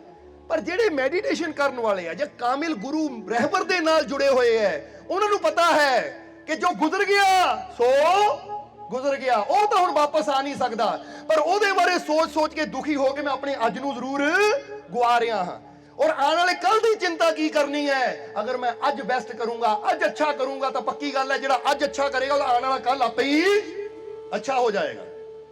ਇਸ ਲਈ ਕਈ ਵਾਰ ਦੱਸਦੇ ਆ ਕਿ ਆਉਣ ਵਾਲੇ ਕੱਲ ਦੀ ਚਿੰਤਾ ਵਿੱਚ ਅੱਜ ਤੁਸੀਂ ਡਰ ਡਰ ਕੇ, ਰੋ ਕੇ, ਦੁਖੀ ਹੋ ਕੇ ਆਪਣਾ ਅੱਜ ਖਰਾਬ ਕਰ ਸਕਦੇ ਹੋ, ਜਾਂ ਆਉਣ ਵਾਲੇ ਕੱਲ ਦੀ ਨਾ ਅੱਜ ਤੁਸੀਂ ਤਿਆਰੀ ਕਰ ਸਕਦੇ ਹੋ ਕਿ ਆਉਣ ਵਾਲੇ ਕੱਲ 'ਚ ਆ ਹੋਣ ਵਾਲਾ, ਅੱਜ ਮੈਂ ਜਿੰਨੀ ਮਿਹਨਤ ਕਰ ਸਕਾਂ, ਜਿੰਨੀ ਜ਼ਿਆਦਾ ਆਪਣੇ ਆਪ ਨੂੰ ਬੈਸਟ ਕਰ ਸਕਾਂ, ਅੱਜ ਮੈਂ ਅੱਛਾ ਕਰਾਂ ਕਿਉਂਕਿ ਅੱਜ ਦੀ ਮਿਹਨਤ ਮੇਰੀ ਆਉਣ ਵਾਲੇ ਕੱਲ 'ਚ ਮੈਨੂੰ ਕਾਮਯਾਬੀ ਦੇਗੀ। ਸਮਝ ਰਹੇ ਹੋ ਕਿ ਨਹੀਂ? ਹੁਣ ਇੱਕ ਬੰਦਾ ਸੋਚੇ ਪਤਾ ਨਹੀਂ ਮੇਰੀ ਕੱਲ ਨੂੰ ਦੁਕਾਨ ਬੰਦ ਨਾ ਹੋਵੇ, ਚੱਲਣੀ ਹੈ ਨਹੀਂ ਚੱਲਣੀ। ਹੁਣ ਅਸੀਂ ਕਹਾਂਗੇ ਇਹਦੇ ਨਾਲੋਂ ਨਾ, ਇਹ ਸੋਚ ਨਾਲੋਂ ਕਿ ਮੇਰੀ ਦੁਕਾਨ ਦਾ ਕੱਲ ਨੂੰ ਕੀ ਬਣੇਗਾ, ਚੱਲੇਗੀ ਜਾਂ ਨਹੀਂ, ਇਹ ਸੋਚਣ ਨਾਲੋਂ ਇਹ ਸੋਚੋ ਅੱਜ ਮੈਂ ਕੀ ਐਸਾ ਕਰ ਸਕਦਾ ਕਿ ਮੇਰਾ ਕੰਮ ਹੋਰ ਵਧੇ, ਮੈਂ ਅੱਜ ਆਪਣੀ ਮਿਹਨਤ ਨੂੰ ਕਿੰਨਾ ਵਧਾ ਸਕਦਾ ਆ। ਜੇ ਮੈਂ 6 ਘੰਟੇ ਦੁਕਾਨ ਖੋਲਦਾ ਆ ਤਾਂ 8 ਘੰਟੇ ਕਰ ਦੇਵਾਂ, ਮਿਹਨਤ ਨੂੰ ਵਧਾ ਦੇਵਾਂ। ਜੇ ਅੱਛਾ ਕਰੂੰਗਾ, ਮਿਹਨਤ ਕਰੂੰਗਾ, ਆਉਣ ਵਾਲੇ ਕਸਟਮਰਾਂ ਦੀ ਇੱਜ਼ਤ ਕਰੂੰਗਾ, ਉਹਨਾਂ ਨਾਲ ਪਿਆਰ ਕਰੂੰਗਾ, ਉਹਨਾਂ ਨੂੰ ਰਿਸਪੈਕਟ ਦਊਂਗਾ, ਤਾਂ ਕਦੀ ਹੋ ਹੀ ਨਹੀਂ ਸਕਦਾ ਕਿ ਜਿੱਥੋਂ ਪਿਆਰ ਮਿਲੇ, ਇੱਜ਼ਤ ਮਿਲੇ, ਅੱਛਾ ਮਿਹਨਤੀ ਇਨਸਾਨ ਹੋਵੇ, ਉਹਦਾ ਕੰਮ ਕਦੀ ਬੰਦ ਹੋ ਹੀ ਨਹੀਂ ਸਕਦਾ। ਪਰ ਹੁਣ ਇਨਸਾਨ ਨੇ ਕਰਨਾ ਕੀ ਹੈ? ਹੁਣ ਇਹਨੂੰ ਇਦਾਂ ਸਮਝ ਲੈ ਕਿ ਦੁਕਾਨਦਾਰ ਬੈਠਾ ਹੈ, ਗਾਹਕ ਆਂਦਾ ਹੈ, ਮੈਨੂੰ ਭਾਜੀ ਆਹ ਚੀਜ਼ ਚਾਹੀਦੀ, ਉੱਥੋਂ ਲੈ ਲਓ, ਏਦਾਂ ਬੈਠਾ ਉਹ, ਆ ਦੇ ਦੇ ਕਾਕਾ ਇਹਨਾਂ ਨੂੰ ਆਹ ਚੀਜ਼ ਦੇ ਦੇ, ਤਾਂ ਕੋਈ ਪੁੱਛੇ ਮਹਾਰਾਜ ਤੁਸੀਂ ਬੈਠ, ਉਹ ਮੈਂ ਸੋਚ ਰਿਹਾ ਕੱਲ ਨੂੰ ਮੇਰੀ ਦੁਕਾਨ ਕਿਤੇ ਬੰਦ ਨਾ ਹੋ ਜਾਵੇ। ਭਾਈ ਜੇ ਇਦਾਂ ਦੀਆਂ ਹਰਕਤਾਂ ਰਹੀਆਂ ਤਾਂ ਬੰਦ ਹੋਣੀ ਹੈ, ਤੇਰੀ ਸੋਚਣ ਨਾਲ ਕੁਝ ਨਹੀਂ ਹੋਣਾ। ਉਹ ਕਸਟਮਰ ਆਵੇ, ਉੱਠ ਕੇ ਬੁਲਾਓ, ਹਾਂਜੀ ਭਾਜੀ ਆਓ ਆਓ ਬੈਠੋ, ਦੱਸੋ ਕੀ ਚਾਹੀਦਾ ਹੈ। ਬਹੁਤ ਪ੍ਰਭਾਵ ਉਸ ਲਈ ਪੈਂਦਾ ਜਦੋਂ ਦੁਕਾਨ ਦਾ ਮਾਲਿਕ ਆਪ ਉੱਠ ਕੇ ਕਸਟਮਰ ਨੂੰ ਰਿਸਪੈਕਟ ਦਿੰਦਾ ਨਾ। ਉਹ ਤੁਹਾਡੇ ਅੱਗੇ ਰੱਖੇ ਹੋਏ ਜਿੰਨੇ ਮਰਜ਼ੀ ਮੈਂਬਰ ਹੱਥ ਜੋੜੀ ਜਾਣ, ਪਰ ਤੁਸੀਂ ਉੱਠ ਕੇ ਬੁਲਾ ਲੈਂਦੇ ਹੋ ਨਾ, ਤਾਂ ਉਹਦਾ ਕਸਟਮਰ ਤੇ ਬੜਾ ਪ੍ਰਭਾਵ ਪੈਂਦਾ, ਔਰ ਐਸੇ ਬੰਦੇ ਦੀ ਦੁਕਾਨ ਕਦੀ ਬੰਦ ਹੋ ਹੀ ਨਹੀਂ ਸਕਦੀ। ਸਾਨੂੰ ਨਾ ਇੱਕ ਵਾਰ ਹੁਣ ਇੱਕ ਅਪਬੀਤੀ ਯਾਦ ਆ ਗਈ ਸਾਨੂੰ। ਅਸੀਂ ਜਰਮਨ ਤੋਂ ਸਵਿਟਜ਼ਰਲੈਂਡ ਜਾਣਾ ਸੀ, ਬਾਈ ਕਾਰ ਜਾ ਰਹੇ ਸੀ, ਤਾਂ ਦੇਖਿਆ ਕਿ ਰਸਤੇ 'ਚ ਨਾ ਰਾਤ ਦਾ ਸਫ਼ਰ ਸੀ, ਅਸੀਂ ਰਾਤ ਨੂੰ ਸਫ਼ਰ ਕਰ ਰਹੇ ਸੀ, ਤਾਂ ਇੱਕ ਪੈਟਰੋਲ ਪੰਪ ਐਸਾ ਸੀ ਹਾਈਵੇ ਤੇ, ਹਾਲਾਂਕਿ ਪੈਟਰੋਲ ਪੰਪ ਬਹੁਤ ਸੀ ਪਰ ਪੈਟਰੋਲ ਪੰਪ ਉਹ ਸੁੰਨਮਸਾਨ ਹੀ ਸੀ, ਯਾਨੀ ਉੱਥੇ ਕੋਈ ਗੱਡੀ ਨਜ਼ਰ ਨਹੀਂ ਆਉਂਦੀ ਸੀ, ਪਰ ਇੱਕ ਪੈਟਰੋਲ ਪੰਪ ਤੇ ਲਾਈਨ ਲੱਗੀ ਹੋਈ ਸੀ ਗੱਡੀਆਂ ਦੀ। ਉਹ ਸਾਨੂੰ ਬੜੀ ਹੈਰਾਨੀ ਹੋਈ ਕਿ ਜਿੱਥੇ ਇੰਨੇ ਪੈਟਰੋਲ ਪੰਪ ਹੈ, ਇਸੇ ਪੈਟਰੋਲ ਪੰਪ ਤੇ ਗੱਡੀਆਂ ਦੀ ਲਾਈਨ ਕਿਉਂ ਲੱਗੀ ਹੈ? ਕਿ ਇਹ ਪੈਟਰੋਲ ਕੋਈ ਸਪੈਸ਼ਲ ਪੈਟਰੋਲ ਹੈ, ਯਾਨੀ ਇਹ ਪੰਪ ਤੇ ਕੋਈ ਸਪੈਸ਼ਲ ਪੈਟਰੋਲ ਆਉਂਦਾ ਕਿ ਜਿਹੜਾ ਲੋਕੀ ਉੱਥੋਂ ਨਹੀਂ ਪਾਉਂਦੇ ਇੱਥੋਂ ਪਾਉਂਦੇ ਐ। ਤਾਂ ਉਸ ਲਈ ਜਿਹੜਾ ਜੀਵ ਸਾਡੇ ਨਾਲ ਸੀ ਨਾ, ਉਹਨੇ ਦੱਸਿਆ ਮਾਲਕੋ ਪੁਆਣ ਨੂੰ ਅਸੀਂ ਵੀ ਉੱਥੋਂ ਪਵਾ ਸਕਦੇ ਹਾਂ, ਪੁਆਣ ਨੂੰ ਅਸੀਂ ਵੀ ਪਿਛਲੇ ਪੰਪਾਂ ਤੋਂ ਪਵਾ ਸਕਦੇ ਹਾਂ, ਪਰ ਮਾਲਕੋ ਅਸੀਂ ਜਦੋਂ ਵੀ ਇੱਧਰ ਨੂੰ ਜਾਈਦਾ ਨਾ ਕਦੀ ਵੀ, ਤਾਂ ਮੈਂ ਤਾਂ ਸਪੈਸ਼ਲ ਇਸੇ ਪੈਟਰੋਲ ਪੰਪ ਤੋਂ ਪਵਾਉਂਦਾ ਜਿੱਥੇ ਲਾਈਨ ਲੱਗੀ ਹੈ। ਇਹ ਕਾਰਨ ਕੀ ਹੈ? ਕੋਈ ਪੈਟਰੋਲ 'ਚ ਫਰਕ ਹੈ? ਕਹਿੰਦੇ ਜੀ ਪੈਟਰੋਲ 'ਚ ਕੋਈ ਫਰਕ ਨਹੀਂ। ਅਸੀਂ ਕਿਹਾ ਰੇਟ 'ਚ ਫਰਕ ਹੈ, ਸ਼ਾਇਦ ਰੇਟ ਘੱਟ ਹੋਵੇ ਇੱਥੇ, ਜਿੱਦਾਂ ਬੰਦਾ ਕਹਿੰਦਾ ਨਹੀਂ ਉੱਥੇ 100 ਰੁਪਏ ਦਾ ਮਿਲਦਾ ਇੱਥੇ 75 ਰੁਪਏ ਦਾ ਮਿਲਦਾ ਹੈ, ਕਿ ਰੇਟ ਕਹਿੰਦੇ ਰੇਟ 'ਚ ਵੀ ਕੋਈ ਫਰਕ ਨਹੀਂ। ਇਹ ਕਿਹਾ ਫਰਕ ਕੀ ਹੈ ਫਿਰ? ਇੱਥੇ ਕਿਉਂ ਲਾਈਨ ਲੱਗੀ ਹੋਈ ਹੈ, ਇੱਥੋਂ ਹੀ ਕਿਉਂ ਪਾਉਂਦਾ ਆ? ਉਹ ਕਹਿੰਦਾ ਮਾਲਕੋ ਤੁਸੀਂ ਆਪ ਦੇਖ ਲਿਓ। ਔਰ ਵਾਕਿਆ ਹੀ ਜਦੋਂ ਅਸੀਂ ਗਏ ਨਾ ਪੈਟਰੋਲ ਪੰਪ ਤੇ, ਗੱਡੀ ਪਹੁੰਚੀ ਹੈ ਸਾਡੀ, ਜਦੋਂ ਪਹੁੰਚੀ ਹੈ ਤੇਲ ਪਾਉਣ ਵਾਸਤੇ, ਤਾਂ ਉਸ ਵੇਲੇ ਪੈਟਰੋਲ ਪੰਪ ਦੇ ਜਿਹੜੇ ਵਰਕਰ ਸੀ, ਇੱਕ ਦੌੜਾ ਆਇਆ, ਉਹਨੇ ਆ ਕੇ ਪੁੱਛਿਆ ਸਰ ਕੀ ਮੈਂ ਗੱਡੀ ਦੇ ਟਾਇਰਾਂ ਦੀ ਹਵਾ ਚੈੱਕ ਕਰ ਲਵਾਂ? ਯਾਨੀ ਉਹ ਆਪਣੀ ਭਾਸ਼ਾ 'ਚ ਪੁੱਛ ਰਿਹਾ ਉਹਨਾਂ ਨੂੰ, ਇਹ ਤਾਂ ਅਸੀਂ ਤੁਹਾਨੂੰ ਅਨੁਵਾਦ ਕਰਕੇ ਦੱਸ ਰਹੇ ਹਾਂ ਕਿਉਂਕਿ ਆਪਣੀ ਲੈਂਗੁਏਜ 'ਚ ਪੁੱਛ ਰਿਹਾ ਹੈ, ਉਹ ਭਾਸ਼ਾ ਸਾਨੂੰ ਵੀ ਨਹੀਂ ਆਉਂਦੀ ਸੀ ਕਿਉਂਕਿ ਸਵਿਟਜ਼ਰਲੈਂਡ ਦੀ ਭਾਸ਼ਾ ਵੀ ਤੁਹਾਨੂੰ ਪਤਾ ਹੀ ਹੈ ਕੁਝ ਡਿਫਰੈਂਟ ਹੈ। ਉਹ ਕਹਿੰਦਾ ਜੀ ਮੈਂ ਹਵਾ ਚੈੱਕ ਕਰ ਦੇਵਾਂ? ਇਹਨਾਂ ਕਿਹਾ ਕਰ ਦਿਓ। ਉਹਨਾਂ ਫਟਾਫਟ ਗੱਡੀ ਖੜੀ ਹੈ ਨਾਲ ਹੀ ਉਹਨਾਂ ਆ ਕੇ ਹਵਾ ਚੈੱਕ ਕੀਤੀ, ਔਰ ਫਿਰ ਇੱਧਰ ਤੇਲ ਪੈ ਰਿਹਾ ਹੈ, ਉਹਨਾਂ ਪਹਿਲਾਂ ਹਵਾ ਚੈੱਕ ਕੀਤੀ ਇੱਕ ਬੰਦੇ ਨੇ, ਇੱਕ ਤੇਲ ਪਾ ਰਿਹਾ ਹੈ, ਫਿਰ ਦੂਜਾ ਆਇਆ ਕਹਿੰਦੇ ਤੁਹਾਡੀ ਵਿੰਡਸ਼ੀਟ ਸਾਫ਼ ਕਰ ਦੇਵਾਂ, ਯਾਨੀ ਸ਼ੀਸ਼ਾ ਸਾਫ਼ ਕਰ ਦੇਵਾਂ? ਉਹਨੇ ਬਾਹਰੋਂ ਸਾਫ਼ ਕੀਤਾ, ਤਾਂ ਫਿਰ ਪੁੱਛਿਆ ਅੰਦਰੋਂ ਵੀ ਕਰ ਦੇਵਾਂ? ਫਿਰ ਉਹਨੇ ਅੰਦਰੋਂ ਵੀ ਕੀਤਾ। ਉਹਦੇ ਨਾਲ ਕੀ ਹੋਇਆ? ਸ਼ੀਸ਼ਾ ਸਾਫ਼ ਹੋਣ ਨਾਲ ਰਾਤ ਨੂੰ ਸਫ਼ਰ ਕਰਨਾ ਹੋਰ ਵੀ, ਕਿਉਂਕਿ ਸ਼ੀਸ਼ਾ ਸਾਫ਼ ਹੋਇਆ, ਮਿਰਰ ਸਾਫ਼ ਹੁੰਦਾ, ਸ਼ੀਸ਼ਾ ਸਾਫ਼ ਹੋ ਜਾਂਦਾ, ਗਲਾਸ ਸਾਫ਼ ਹੋ ਜਾਂਦਾ, ਤਾਂ ਆਉਣ ਵਾਲੀਆਂ ਗੱਡੀਆਂ ਦੀ ਲਾਈਟ ਫਿਰ ਉਹਨਾਂ ਅੱਖਾਂ ਦੇ ਅਸਰ ਨਹੀਂ ਪਾਉਂਦੀ, ਕਲੀਅਰ ਨਜ਼ਰ ਆ ਜਾਂਦਾ ਹੈ। ਇਦਾਂ 2-3 ਸਰਵਿਸਾਂ ਉਹਨਾਂ ਨੇ ਜਦੋਂ ਕੀਤੀਆਂ, ਯਾਨੀ ਇੱਕ ਟਾਇਰਾਂ ਦੀ ਹਵਾ ਆਪਣੇ ਆਪ ਫਟਾਫਟ ਚੈੱਕ ਕਰ ਲਈ, ਦੂਜਾ ਸ਼ੀਸ਼ਾ ਬਾਹਰੋਂ ਵੀ ਸਾਫ਼ ਕੀਤਾ ਅੰਦਰੋਂ ਵੀ, ਔਰ ਜਿਸ ਵੇਲੇ ਪੈਸੇ ਦੇਣ ਤੋਂ ਬਾਅਦ ਤੁਰਨ ਲੱਗੇ ਉਹਨੇ ਸਲੂਟ ਮਾਰਿਆ, ਕਹਿੰਦਾ ਥੈਂਕ ਯੂ ਸਰ, ਔਰ ਇਹ ਸੇਵਾ ਦਾ ਅਵਸਰ ਦੇਣ ਲਈ ਤੁਹਾਡਾ ਧੰਨਵਾਦ। ਹੁਣ ਸੇਵਾ ਕੀਤੀ ਸਾਡੀ, ਯਾਨੀ ਸ਼ੀਸ਼ਾ ਉਹਨਾਂ ਸਾਫ਼ ਕੀਤਾ, ਕਹਿਣਾ ਸਾਨੂੰ ਚਾਹੀਦਾ ਥੈਂਕ ਯੂ। ਤੂੰ ਸ਼ੀਸ਼ਾ ਸਾਫ਼ ਕੀਤਾ, ਤੂੰ ਫ੍ਰੀ 'ਚ ਹਵਾ ਚੈੱਕ ਕੀਤੀ, ਪਰ ਕਹਿ ਉਹ ਰਿਹਾ ਹੈ ਥੈਂਕ ਯੂ ਸਰ, ਸਾਨੂੰ ਇਹ ਸੇਵਾ ਦਾ ਮੌਕਾ ਦੇਣ ਲਈ ਅੱਗੇ ਤੋਂ ਜ਼ਰੂਰ ਆਓ। ਕਮਾਲ ਦੀ ਗੱਲ ਹੈ। ਹੁਣ ਸਾਨੂੰ ਪਤਾ ਲੱਗਾ ਸੀ, ਫਿਰ ਉਹਨੂੰ ਕਿਹਾ ਇਹ ਹੁਣ ਤੇਰੇ ਦੱਸਣ ਦੀ ਲੋੜ ਨਹੀਂ, ਹੁਣ ਸਾਨੂੰ ਪਤਾ ਲੱਗ ਗਿਆ ਕਿ ਇੱਥੇ ਗੱਡੀਆਂ ਕਿਉਂ ਆਉਂਦੀਆਂ ਆ, ਕਿਉਂਕਿ ਤੇਲ ਤਾਂ ਪਾਉਂਦੇ ਹੀ ਹੈ, ਪਰ ਜਿਹੜੀ ਕਸਟਮਰ ਨੂੰ ਰਿਸਪੈਕਟ ਦਿੰਦੇ ਆ, ਜੋ ਇੱਜ਼ਤ ਦਿੰਦੇ ਆ, ਜੋ ਐਕਸਟਰਾ ਸੇਵਾ ਕਰਦੇ ਆ ਨਾ, ਹੁਣ ਬਾਕੀ ਪੈਟਰੋਲ ਪੰਪ ਤਾਂ ਬੰਦ ਹੋ ਸਕਦੇ ਪਰ ਇਹਨਾਂ ਦਾ ਕਦੀ ਬੰਦ ਨਹੀਂ ਹੋ ਸਕਦਾ। ਇਸ ਲਈ ਹਮੇਸ਼ਾ ਇੱਕ ਗੱਲ ਯਾਦ ਰੱਖੋ ਕਿ ਜਦੋਂ ਤੁਸੀਂ ਅਗਲੇ ਨੂੰ ਉਹਦੀ ਸੋਚ ਤੋਂ ਜ਼ਿਆਦਾ ਕੁਝ ਦਿੰਦੇ ਹੋ ਨਾ, ਤਾਂ ਫਿਰ ਅਗਲਾ ਹਮੇਸ਼ਾ ਮੁੜ ਕੇ ਤੁਹਾਡੇ ਕੋਲ ਹੀ ਆਏਗਾ। ਸਮਝ ਆ ਰਹੀ ਨਹੀਂ ਸਾਡੀ ਗੱਲ? ਇਸ ਲਈ ਜਿਹੜਾ ਬਿਜ਼ਨਸਮੈਨ ਹੈ, ਚਾਹੇ ਕੋਈ ਦੁਕਾਨਦਾਰ ਹੈ, ਚਾਹੇ ਕੋਈ ਕੰਮ ਕਰਨ ਵਾਲਾ ਕਰਮਚਾਰੀ ਹੈ, ਅਗਰ ਉਹ ਆਪਣੇ ਬੌਸ ਦੀ ਖਾਤਰ, ਆਪਣੇ ਆਫਿਸ ਦੀ ਖਾਤਰ, ਆਪਣੀ ਕੰਪਨੀ ਦੀ ਖਾਤਰ ਕੁਝ ਐਕਸਟਰਾ ਕਰਦਾ ਹੈ, ਅਸੀਂ ਕਹਿੰਦੇ ਕੰਪਨੀ ਜਦੋਂ ਦੇਖਦੀ ਨਾ ਇਹ ਬੰਦਾ ਮੇਰੀ ਖਾਤਰ ਐਕਸਟਰਾ ਕਰ ਰਿਹਾ ਹੈ, ਤਾਂ ਜਦੋਂ ਬੰਦੇ ਕੱਢਣ ਦੀ ਵਾਰੀ ਆਏਗੀ ਉਹ ਸਾਰਿਆਂ ਨੂੰ ਕੱਢ ਦੇਗੀ, ਪਰ ਜਿਹੜਾ ਐਕਸਟਰਾ ਕਰਦਾ ਹੋਏਗਾ ਉਹਨੂੰ ਕਦੀ ਨਹੀਂ ਕੱਢੇਗੀ, ਉਹਨੂੰ ਪਤਾ ਹੈ ਆਪਣੀ ਕੀਮਤ ਤੋਂ ਜ਼ਿਆਦਾ ਮੈਨੂੰ ਦੇ ਰਿਹਾ। ਪਰ ਕਈਆਂ ਦੀ ਸੋਚ ਪਤਾ ਕੀ ਹੁੰਦੀ ਹੈ? ਕਈ ਕਹਿੰਦੇ ਪਹਿਲਾਂ ਕੰਪਨੀ ਸਾਡੀ ਤਨਖਾਹ ਵਧਾਵੇ ਫਿਰ ਅਸੀਂ ਉਹਨਾਂ ਵਾਸਤੇ ਵਧੀਆ ਕੰਮ ਕਰਾਂਗੇ। ਇਦਾਂ ਦੇ ਬੰਦੇ ਕਦੀ ਤਰੱਕੀ ਕਰ ਹੀ ਨਹੀਂ ਸਕਦੇ। ਪਰ ਜਿਹੜਾ ਬੰਦਾ ਸੋਚਦਾ ਪਹਿਲਾਂ ਮੈਂ ਵਧੀਆ ਕੰਮ ਕਰਾਂ, ਆਪਣੇ ਬੌਸ ਨੂੰ ਦਿਖਾਵਾਂ, ਮੈਨੇਜਰ ਨੂੰ ਦਿਖਾਵਾਂ ਮੈਂ ਕਿੰਨਾ ਵੈਸਟ ਕਰ ਸਕਦਾ ਆ, ਤਾਂ ਫਿਰ ਉਹਦੀ ਪ੍ਰਮੋਸ਼ਨ ਵੀ ਕਹਿ ਦਿਓ ਹੁਣ। ਇਸ ਲਈ ਫਿਊਚਰ ਦੀ ਚਿੰਤਾ ਕਿਹਨਾਂ ਨੂੰ ਹੁੰਦੀ? ਜਿਹੜੇ ਨਿਕੰਮੇ ਹੁੰਦੇ ਆ, ਹਾਏ ਮੇਰਾ ਕੀ ਬਣੇਗਾ। ਬੋਲੋ ਸਮਝਦੇ ਹੋ ਕਿ ਨਹੀਂ? ਫਿਊਚਰ ਦੀ ਚਿੰਤਾ ਉਹਨਾਂ ਨੂੰ ਹੁੰਦੀ ਹੈ ਕਿ ਜਿਹੜੇ ਬੰਦਿਆਂ ਨੂੰ ਪਤਾ ਕਿ ਆਪਣੀ ਮਿਹਨਤ ਦੇ ਹਿਸਾਬ ਨਾਲ ਮੈਂ ਜਿੰਨਾ ਮੈਂ ਕਰ ਸਕਦਾ ਉਹਨਾਂ ਕੰਮ ਮੈਂ ਕਰਦਾ ਨਹੀਂ, ਮੈਂ 100% ਕਰ ਸਕਦਾ ਪਰ ਕਰਦਾ ਮੈਂ 70%, ਤਾਂ ਇਦਾਂ ਦੇ ਬੰਦੇ ਨੂੰ ਡਰ ਹੁੰਦਾ ਕਿ ਮੇਰਾ ਕੱਲ ਨੂੰ ਕੀ ਬਣੇਗਾ। ਪਰ ਅਸੀਂ ਇੱਕ ਗੱਲ ਕਵਾਂਗੇ ਸ਼ਰਤ ਲਾ ਕੇ ਕਿ ਜਿਹੜਾ ਅੱਜ ਆਪਣਾ 101% ਕਰਦਾ ਹੈ ਨਾ, ਉਹਨੂੰ ਕਦੀ ਡਰ ਨਹੀਂ ਹੋਏਗਾ। ਉਹ ਕਹੇਗਾ ਮੈਂ ਜਿੱਥੇ ਮਰਜ਼ੀ ਖੜ ਜਾਵਾਂ, ਮੈਨੂੰ ਪਤਾ ਮੈਂ ਬੈਸਟ ਕਰਦਾ ਹਾਂ, ਬੈਸਟ ਕਰਨਾ ਹੈ ਔਰ ਅੱਗੇ ਵੀ ਬੈਸਟ ਕਰਦੇ ਰਹਿਣਾ ਹੈ। ਔਰ ਜਿਹੜਾ ਬੈਸਟ ਕਰਨ ਵਾਲਾ ਹੈ ਉਹਨੂੰ ਕਦੀ ਕੁਦਰਤ ਵੀ ਹਾਰ ਆਣੇ ਨਹੀਂ ਦਿੰਦੀ। ਸੋ ਕੀ ਬਣਨਾ ਹੈ ਤੁਸੀਂ? ਬੈਸਟ ਬਣਨਾ ਹੈ। ਬੈਸਟ ਕਰੋ। ਜੇ ਹਾਊਸ ਵਾਈਫ ਹੋ ਤਾਂ ਘਰ ਦੇ ਵਿੱਚ ਮੈਂ ਕੀ ਇਨਵੈਸਟ ਕਰ ਸਕਦੀ ਹਾਂ, ਖਾਣੇ ਨੂੰ ਮੈਂ ਕਿੱਦਾਂ ਵੈਸਟ ਬਣਾ ਸਕਦੀ ਹਾਂ, ਘਰ ਦੀ ਮੈਂ ਸਾਫ ਸਫਾਈ ਵੈਸਟ ਕਿੱਦਾਂ ਕਰ ਸਕਦੀ ਹਾਂ, ਆਪਣੇ ਪਰਿਵਾਰ ਦੀ ਦੇਖ ਰੇਖ ਕਿੱਦਾਂ ਵੈਸਟ ਕਰ ਸਕਦੀ ਹਾਂ, ਉਹਦੇ ਬਾਰੇ ਸੋਚਾਂ। ਇਹ ਨਾ ਸੋਚੋ ਕਿ ਇੰਨਾ ਕਰ ਸਕਦੀ, ਪਰ ਨਹੀਂ, ਕਰਨ 'ਚ ਨਹੀਂ ਲਾਣਾ ਮੈਂ, ਕਿਉਂਕਿ ਕਰ ਬੰਦਾ ਬਹੁਤ ਕੁਝ ਸਕਦਾ ਹੈ। ਫਿਰ ਕਵਾਂਗੇ ਤੁਹਾਡੇ ਅੰਦਰ ਬੜੀਆਂ ਸ਼ਕਤੀਆਂ ਹੈ, ਤੁਹਾਡੇ ਅੰਦਰ ਬੜੀ ਤਾਕਤ ਹੈ, ਪਰ ਕਾਸ਼ ਤੁਸੀਂ ਉਹ ਤਾਕਤ ਨੂੰ ਸਮਝ ਸਕੋ। ਅੱਜ ਤੁਸੀਂ ਸਾਇੰਸ ਦੀ ਨਾ ਇੱਕ ਥਿਉਰੀ ਪੜ੍ਹ ਕੇ ਦੇਖਿਓ, ਉਹ ਕਹਿੰਦੇ ਬੰਦੇ ਦੇ ਬ੍ਰੇਨ 'ਚ ਜਿੰਨੀ ਤਾਕਤ ਹੈ ਨਾ, ਬੰਦਾ ਉਹਦਾ 3% ਪੂਰੀ ਜ਼ਿੰਦਗੀ ਇਸਤੇਮਾਲ ਕਰਦਾ, 97% ਤਾਂ ਉਹ ਤਾਕਤ ਦਾ ਇਸਤੇਮਾਲ ਹੀ ਨਹੀਂ ਕਰ ਪਾਉਂਦਾ। ਇਹਦਾ ਮਤਲਬ ਕੀ ਹੈ ਕਿ ਬਚਪਨ ਤੋਂ ਲੈ ਕੇ ਜੇ ਤੁਸੀਂ 70, 80, 90 ਸਾਲ ਤੱਕ ਜਿਉਂਦੇ ਹੋ ਜਾਂ 100 ਸਾਲ ਤੱਕ ਜਿਉਂਦੇ ਹੋ, ਤਾਂ ਤੁਸੀਂ ਪੂਰੀ ਜ਼ਿੰਦਗੀ ਆਪਣੇ ਬ੍ਰੇਨ ਦੀ ਕਿੰਨੀ ਤਾਕਤ ਦਾ ਇਸਤੇਮਾਲ ਕਰਦੇ ਹੋ? 3 ਤੋਂ 5%। ਇਹ ਵੀ ਸ਼ਾਇਦ ਜ਼ਿਆਦਾ ਕਹਿਤਾ ਸੀ, ਕਿਉਂਕਿ ਸਾਇੰਸ ਦੀ ਥਿਉਰੀ ਕੀ ਕਹਿੰਦੀ ਹੈ ਕਿ ਬ੍ਰੇਨ 'ਚ ਬੰਦੇ ਦੇ ਅੰਦਰ ਬਹੁਤ ਬੜੀ ਸ਼ਕਤੀ ਹੈ, ਪਰ ਸਮਝ ਲਓ ਕਿ 100% ਸ਼ਕਤੀ ਹੈ, ਪਰ ਪਹਿਲੇ ਦਿਨ ਤੋਂ ਲੈ ਕੇ, ਪਹਿਲੀ ਘੜੀ ਤੋਂ ਲੈ ਕੇ ਜਦੋਂ ਜਨਮ ਹੁੰਦਾ ਔਰ ਲਾਸਟ ਆਪਣੇ ਆਖਰੀ ਸਵਾਸਾਂ ਤੱਕ, ਅਸੀਂ ਚਾਹੇ 70 ਸਾਲ ਜੀਏ ਆ, 50 ਸਾਲ ਜੀਏ ਆ, 80 ਸਾਲ ਜੀਏ, 100 ਸਾਲ ਜੀਏ ਆ, ਉਹ ਤਾਕਤ ਕਿੰਨੀ ਇਸਤੇਮਾਲ ਕਰਦੇ ਆ? ਸਿਰਫ 3 ਤੋਂ 5, ਯਾਨੀ 95% ਤਾਂ ਸਾਡੇ ਅੰਦਰ ਹੀ ਦਬੀ ਰਹਿ ਜਾਂਦੀ ਹੈ। ਏਦਾਂ ਸਮਝ ਲਓ ਕਿ ਬੰਦੇ ਕੋ ਕਰੋੜ ਰੁਪਇਆ ਹੈ, ਪਰ ਬੰਦਾ ਉਹ ਸਾਰੀ ਜ਼ਿੰਦਗੀ ਕਰੋੜ ਦੀ ਜਗ੍ਹਾ 300 'ਚ ਗੁਜ਼ਾਰ ਦਿੰਦਾ ਹੈ ਕਿ 300 'ਚ ਗੁਜ਼ਾਰਾ ਕਰਨਾ ਪੂਰੀ ਜ਼ਿੰਦਗੀ, ਔਰ 300 'ਚ ਗੁਜ਼ਾਰਾ ਕਰਦਾ ਕਰਦਾ ਬੰਦਾ ਦੁਖੀ ਹੁੰਦਾ ਹੈ, ਧੱਕੇ ਖਾਂਦਾ ਹੈ, ਪਰੇਸ਼ਾਨੀਆਂ ਨਾਲ ਉਹਦੀ ਜ਼ਿੰਦਗੀ ਗੁਜ਼ਰਦੀ ਹੈ।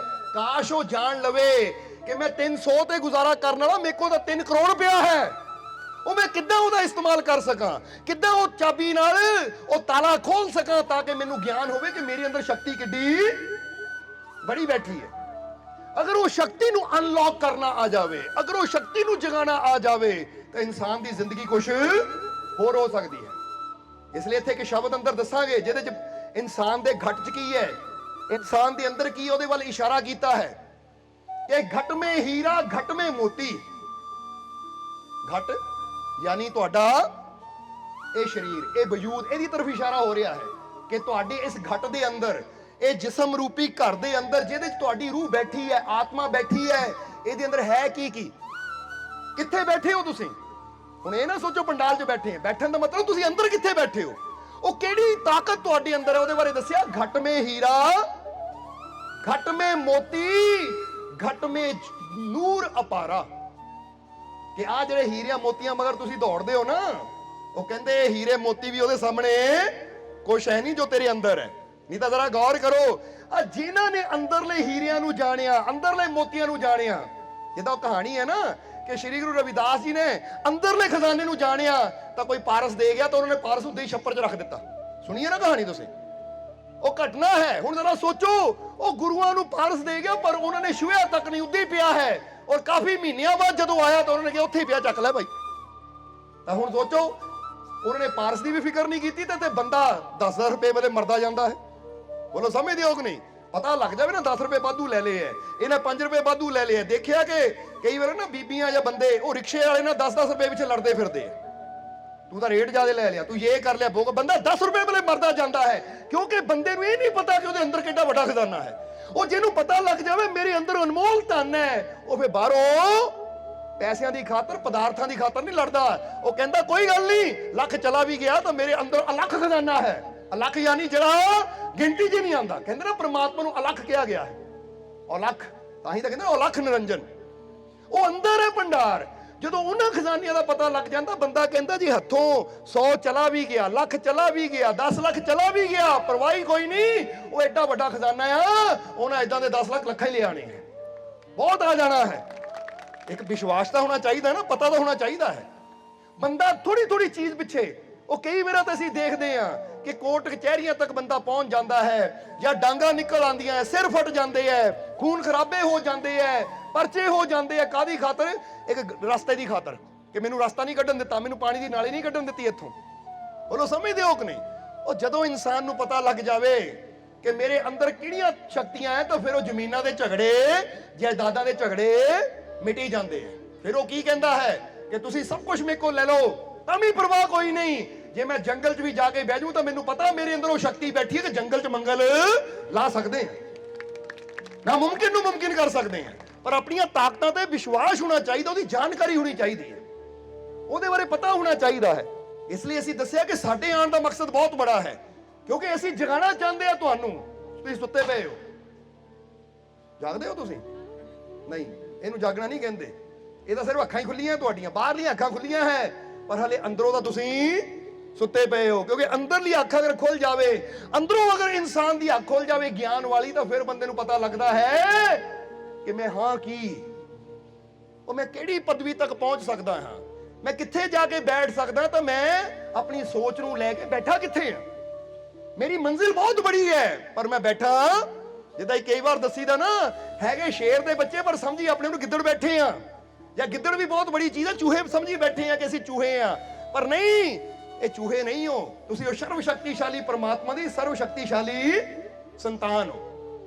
ਇਸ ਲਈ ਦੱਸਿਆ ਘਟ ਮੇ ਹੀਰਾ ਘਟ ਮੇ ਮੋਤੀ ਘਟ ਮੇ ਨੂਰ ਅਪਾਰਾ, ਕਿ ਤੁਹਾਡੇ ਅੰਦਰ ਹੀ ਉਹ ਹੀਰੇ ਹੈ ਸਭ ਤੋਂ ਕੀਮਤੀ, ਔਰ ਤੁਹਾਡੇ ਅੰਦਰ ਹੀ ਉਹ ਮੋਤੀ ਹੈ ਸਭ ਤੋਂ ਕੀਮਤੀ, ਔਰ ਤੁਹਾਡੇ ਘਟ ਦੇ ਅੰਦਰ ਹੀ ਉਹ ਅਪਾਰ ਨੂਰ ਹੈ। ਅਪਾਰ ਦਾ ਮਤਲਬ ਜਿਹਦਾ ਕੋਈ ਪਾਰਾਵਾਰ ਹੀ ਨਹੀਂ ਹੈ, ਜਿਹਦਾ ਕੋਈ ਅੰਤ ਹੀ ਨਹੀਂ ਹੈ, ਉਹ ਨੂਰ ਤੁਹਾਡੇ ਅੰਦਰ ਜਗਮਗਾ ਰਿਹਾ ਹੈ। ਤਾਂ ਹੀ ਅਸੀਂ ਕਈ ਵਾਰ ਦੱਸੀਦਾ, ਗੁਰਬਾਣੀ ਚਾਹੁੰਦਾ ਮਨ ਤੂੰ ਜੋਤ ਸਰੂਪ ਹੈ, ਕਿ ਤੁਹਾਡੇ ਅੰਦਰ ਹੀ ਉਹ ਜੋਤੀ ਜਗਮਗਾ ਰਹੀ ਹੈ ਜਿਹਦਾ ਕੋਈ ਅੰਤ ਹੀ ਨਹੀਂ ਹੈ। घट में हीरा घट में मोती घट में नूर अपारा घट में भक्ति घट में शक्ति घट में सिरजन हारा।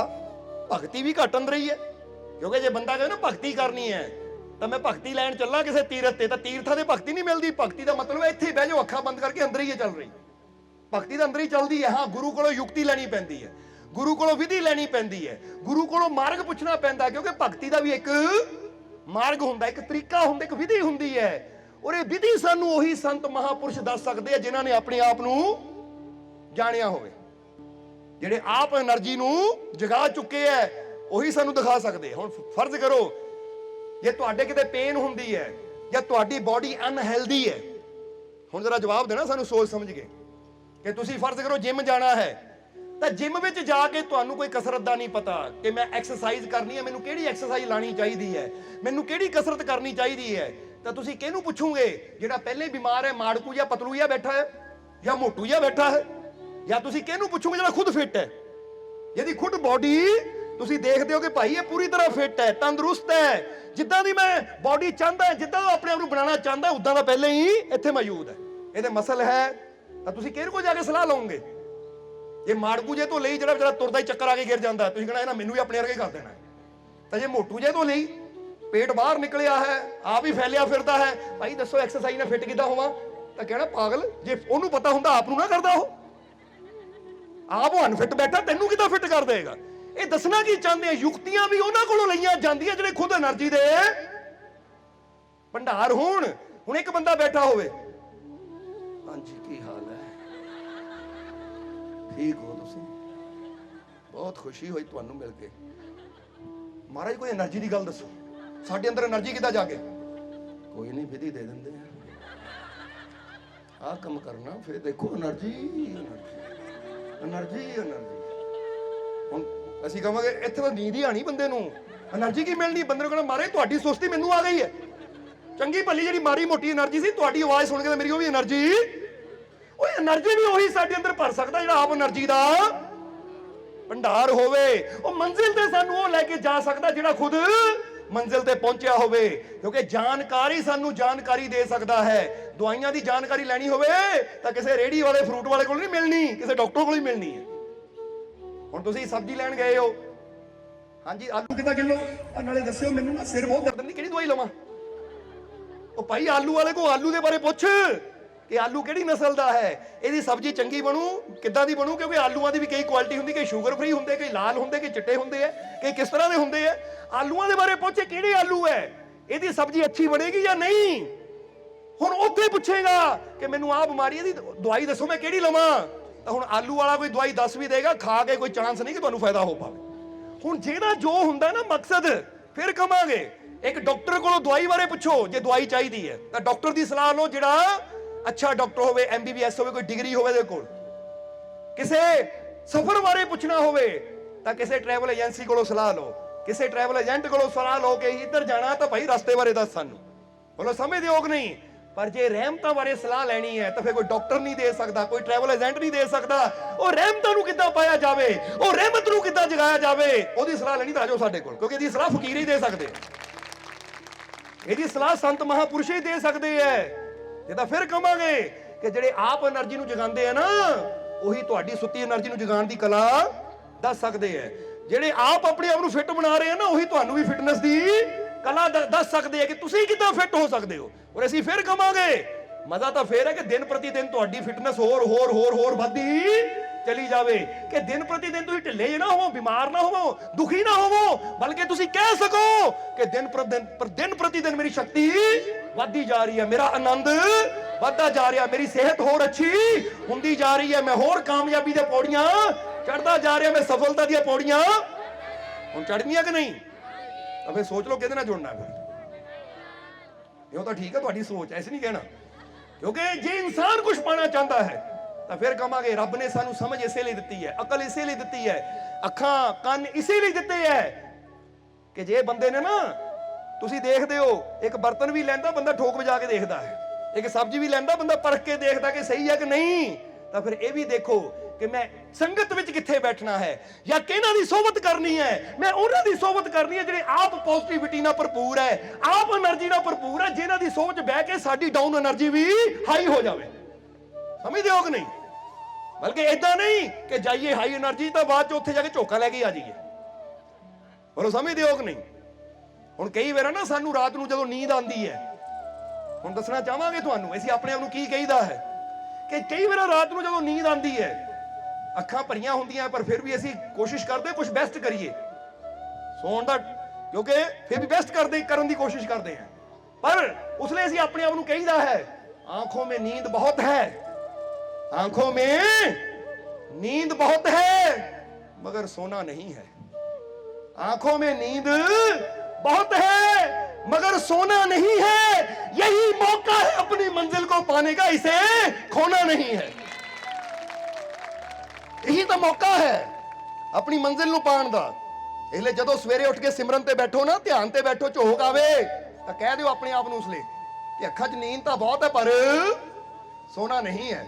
ਹੁਣ ਜੇ satsang 'ਚ ਵੀ ਬੈਠੋ ਨਾ, ਜੇ ਨੀਂਦ ਆਂਦੀ ਹੈ ਤਾਂ ਕਹਿ ਦਿਓ कि आंखों में नींद तो बहुत है मगर सोना नहीं है, यही है मौका अपनी मंजिल को पाने का, इसे इसे इसे साडा तो गला बैठा, तुम जोर ला सकते हो क्योंकि लगातार सत्संग होने करके ना साडा गला थोड़ा है, पर फिर भी यही रुकते नहीं है।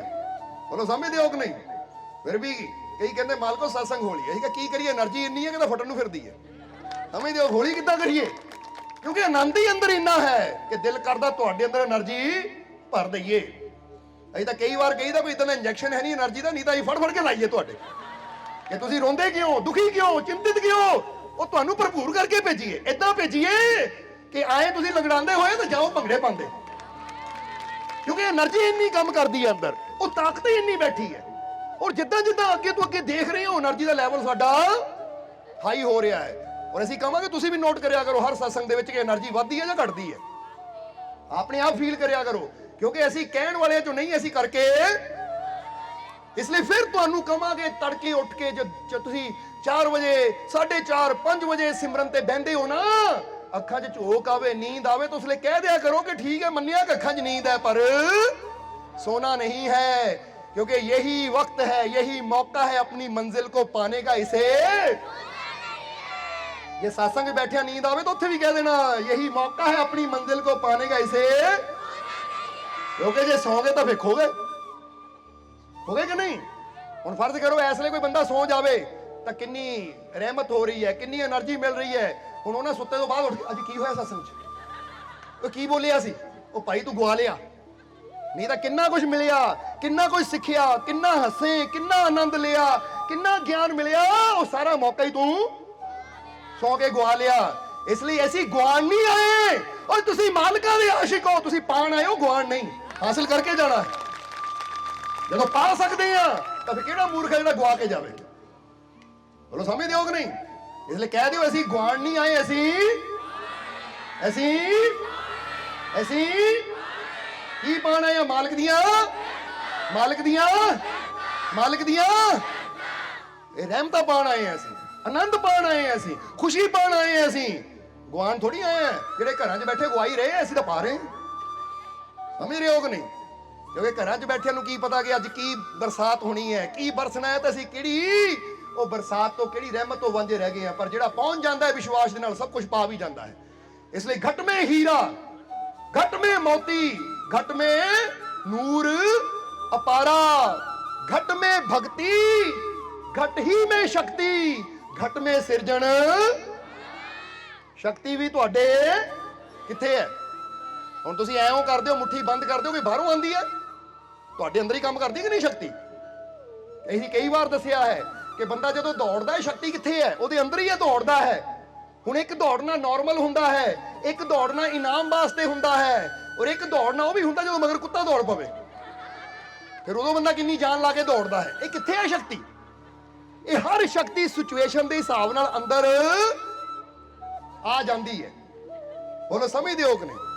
ਜਿੱਦਾਂ ਕੈਲੀਫੋਰਨੀਆ ਦੀ ਘਟਨਾ ਇੱਥੇ ਯਾਦ ਆ ਗਈ ਕਿ ਇੱਕ ਰੌਬਰਟ ਨਾਮ ਦਾ ਆਦਮੀ ਸੀ, ਉਹ ਆਪਣੀ ਗੱਡੀ ਦੇ ਥੱਲੇ ਬੈਠਾ ਨਾ, ਗੱਡੀ ਦਾ ਕੰਮ ਕਰ ਰਿਹਾ ਸੀ।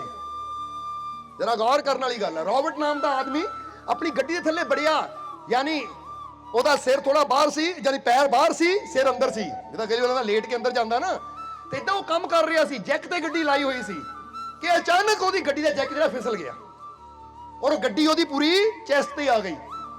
ਹੁਣ ਚੈਸਟ ਤੇ ਆਈ ਤਾਂ ਉਹਦੀ ਇੱਕ ਬੱਚੀ, ਬੇਟੀ ਜਿਹੜੀ ਸੀ, ਕਹਿੰਦੇ 18-19 ਸਾਲ ਦੀ ਬੱਚੀ ਸੀ, ਉਹ ਦੌੜੀ ਆਈ। ਜੈਨਟ ਉਹਦਾ ਨਾਮ ਸੀ।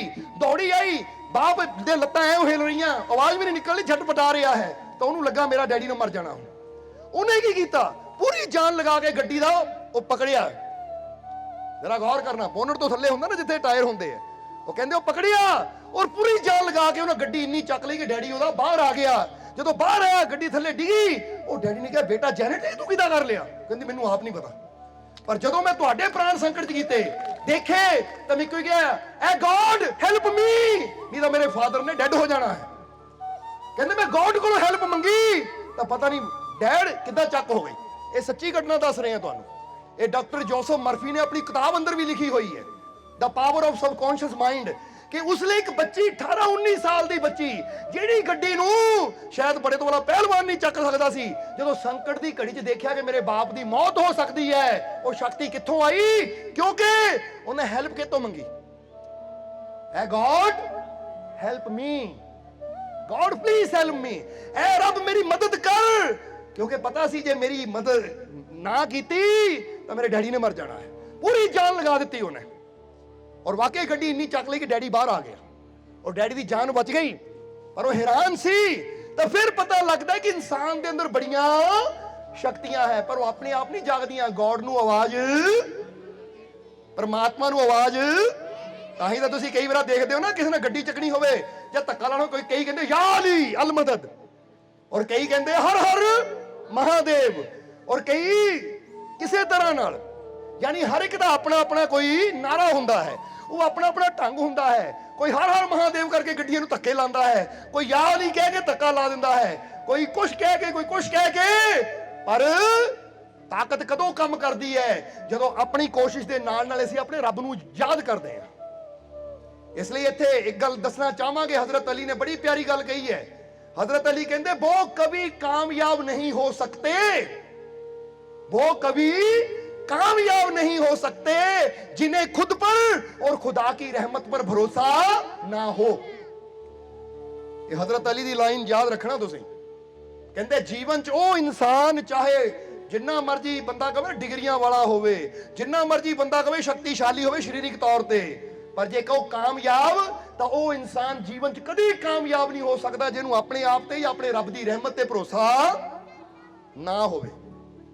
जरा समझना, हुण जरा गौर करना, जिन्हों अपने आप ते या रब दी रहमत ते भरोसा नहीं, वो कभी कामयाब नहीं हो सकता। तो फिर कामयाब होने वास्ते की करना पेगा? उल्ट ले जाओ कि वही जिंदगी च कामयाब हो सकता है, वही जीवन च सफल हो सकता है जेड़ा अपने आप ते और अपने रब दी रहमत ते विश्वास करता है कि कोशिश मैं करनी है और रहमत मेरे मालिक ने करनी है, कामयाबी मेरे ਮਾਲਿਕ ਨੇ ਦੇਣੀ ਹੈ। ਜਦੋਂ ਆਪਣੇ ਨਾਲ ਇਨਸਾਨ ਉਹਦੀ ਰਹਿਮਤ ਨੂੰ ਲੈ ਕੇ ਚੱਲਦਾ ਹੈ, ਇਸ ਵਿਸ਼ਵਾਸ ਨਾਲ ਚੱਲਦਾ ਹੈ, ਤਾਂ ਫਿਰ ਉਹਨੂੰ ਹਰ ਜਗ੍ਹਾ ਕਾਮਯਾਬੀ ਮਿਲਣੀ ਸ਼ੁਰੂ ਹੋ ਜਾਂਦੀ ਹੈ।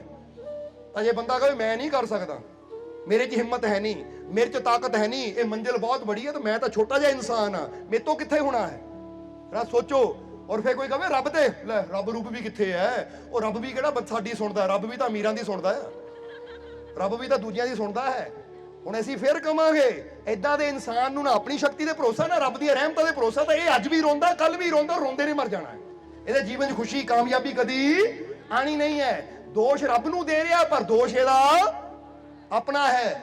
ਕਿ ਕਾਸ਼ ਤੂੰ ਇੱਕ ਵਾਰ ਕੌਨਫੀਡੈਂਸ ਨਾਲ ਕਿਹਾ ਹੁੰਦਾ, ਇੱਕ ਵਾਰ ਵਿਸ਼ਵਾਸ ਨਾਲ ਕਿਹਾ ਹੁੰਦਾ ਕਿ ਮੰਜ਼ਿਲ ਚਾਹੇ ਜਿੱਡੀ ਮਰਜ਼ੀ ਬੜੀ ਹੈ, ਮੈਨੂੰ ਯਕੀਨ ਹੈ ਅਗਰ ਮੈਂ ਕੋਸ਼ਿਸ਼ ਕਰੂੰਗਾ ਉਹ ਮੇਰੇ ਮਾਲਿਕ ਦੀ ਰਹਿਮਤ ਮੇਰਾ ਸਾਥ ਦੇਗੀ, ਤਾਂ ਬੜੀ ਤੋਂ ਬੜੀ ਮੰਜ਼ਿਲ ਵੀ ਮੈਂ ਆਸਾਨੀ ਨਾਲ ਪਾ ਸਕਦਾ ਹਾਂ। ਇਦਾਂ ਦੇ ਇਨਸਾਨ ਨੂੰ ਕਾਮਯਾਬੀ ਮਿਲਦੀ ਹੈ।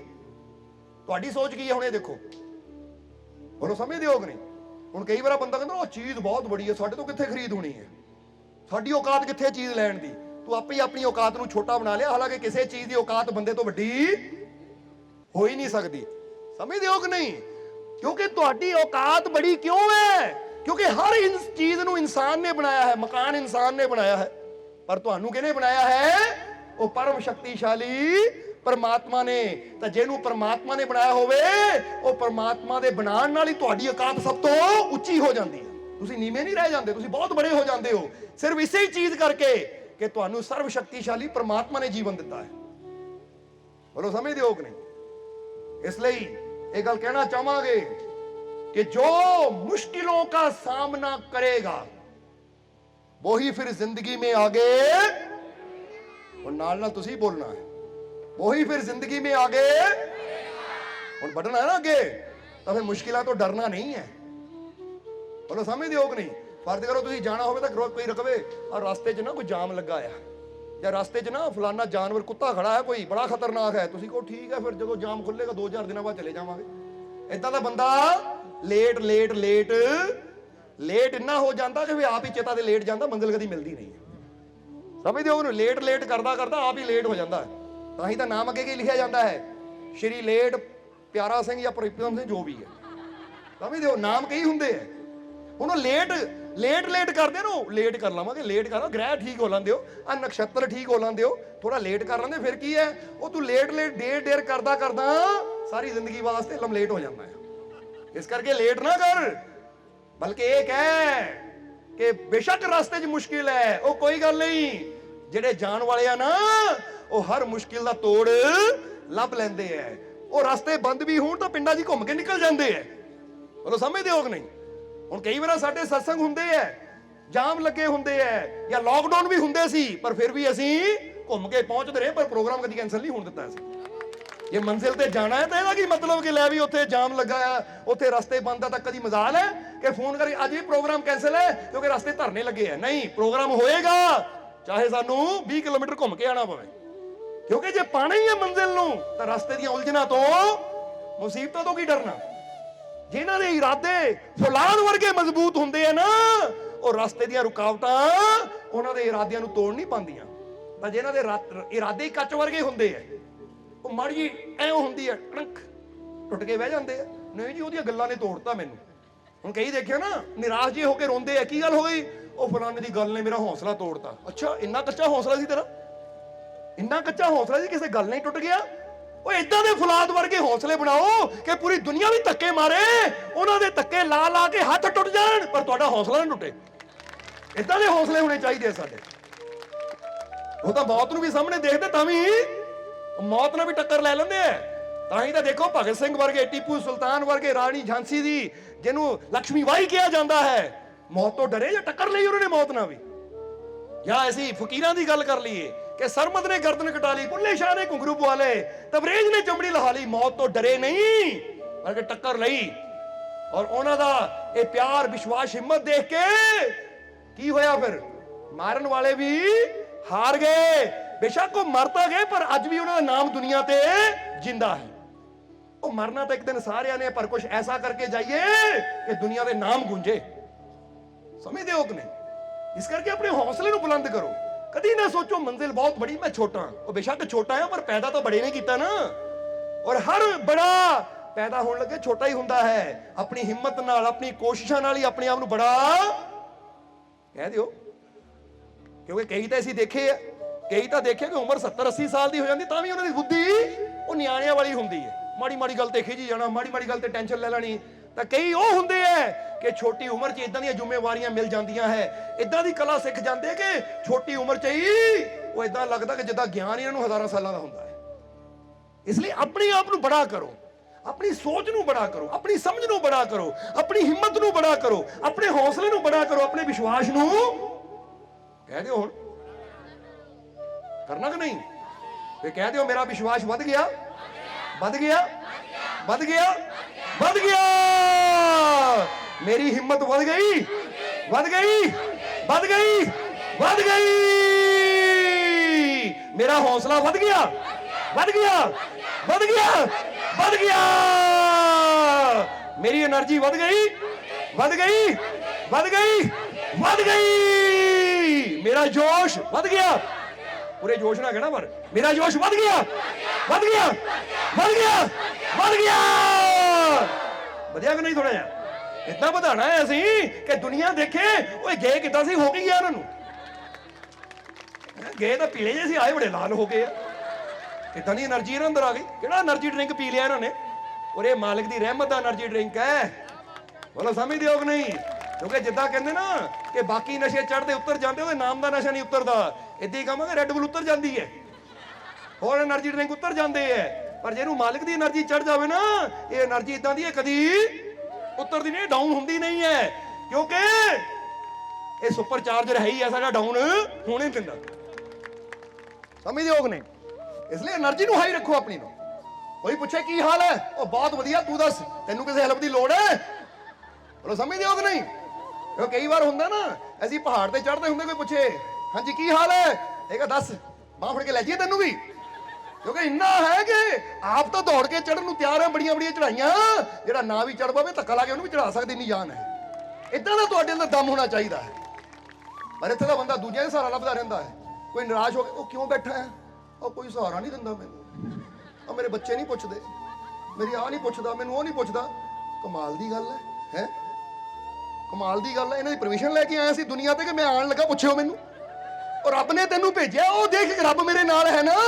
ਜੇ ਮਾਲਿਕ ਮੇਰੇ ਨਾਲ ਹੈ ਤਾਂ ਮੈਨੂੰ ਕਿਸੇ ਸਹਾਰੇ ਦੀ ਲੋੜ ਹੀ ਨਹੀਂ ਹੈ, ਬਸ ਉਹਦਾ ਸਾਥ ਚਾਹੀਦਾ ਹੈ। ਜੇ ਉਹ ਮੇਰੇ ਨਾਲ ਹੈ ਤਾਂ ਇਕੱਲਾ ਹੀ ਦੁਨੀਆ ਜਿੱਤ ਕੇ ਦਿਖਾ ਦਊਂ।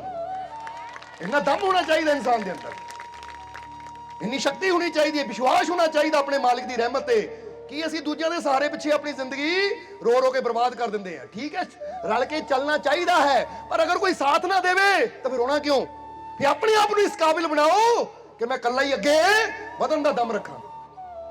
ਸਮਝਦੇ ਹੋ ਕਿ ਨਹੀਂ?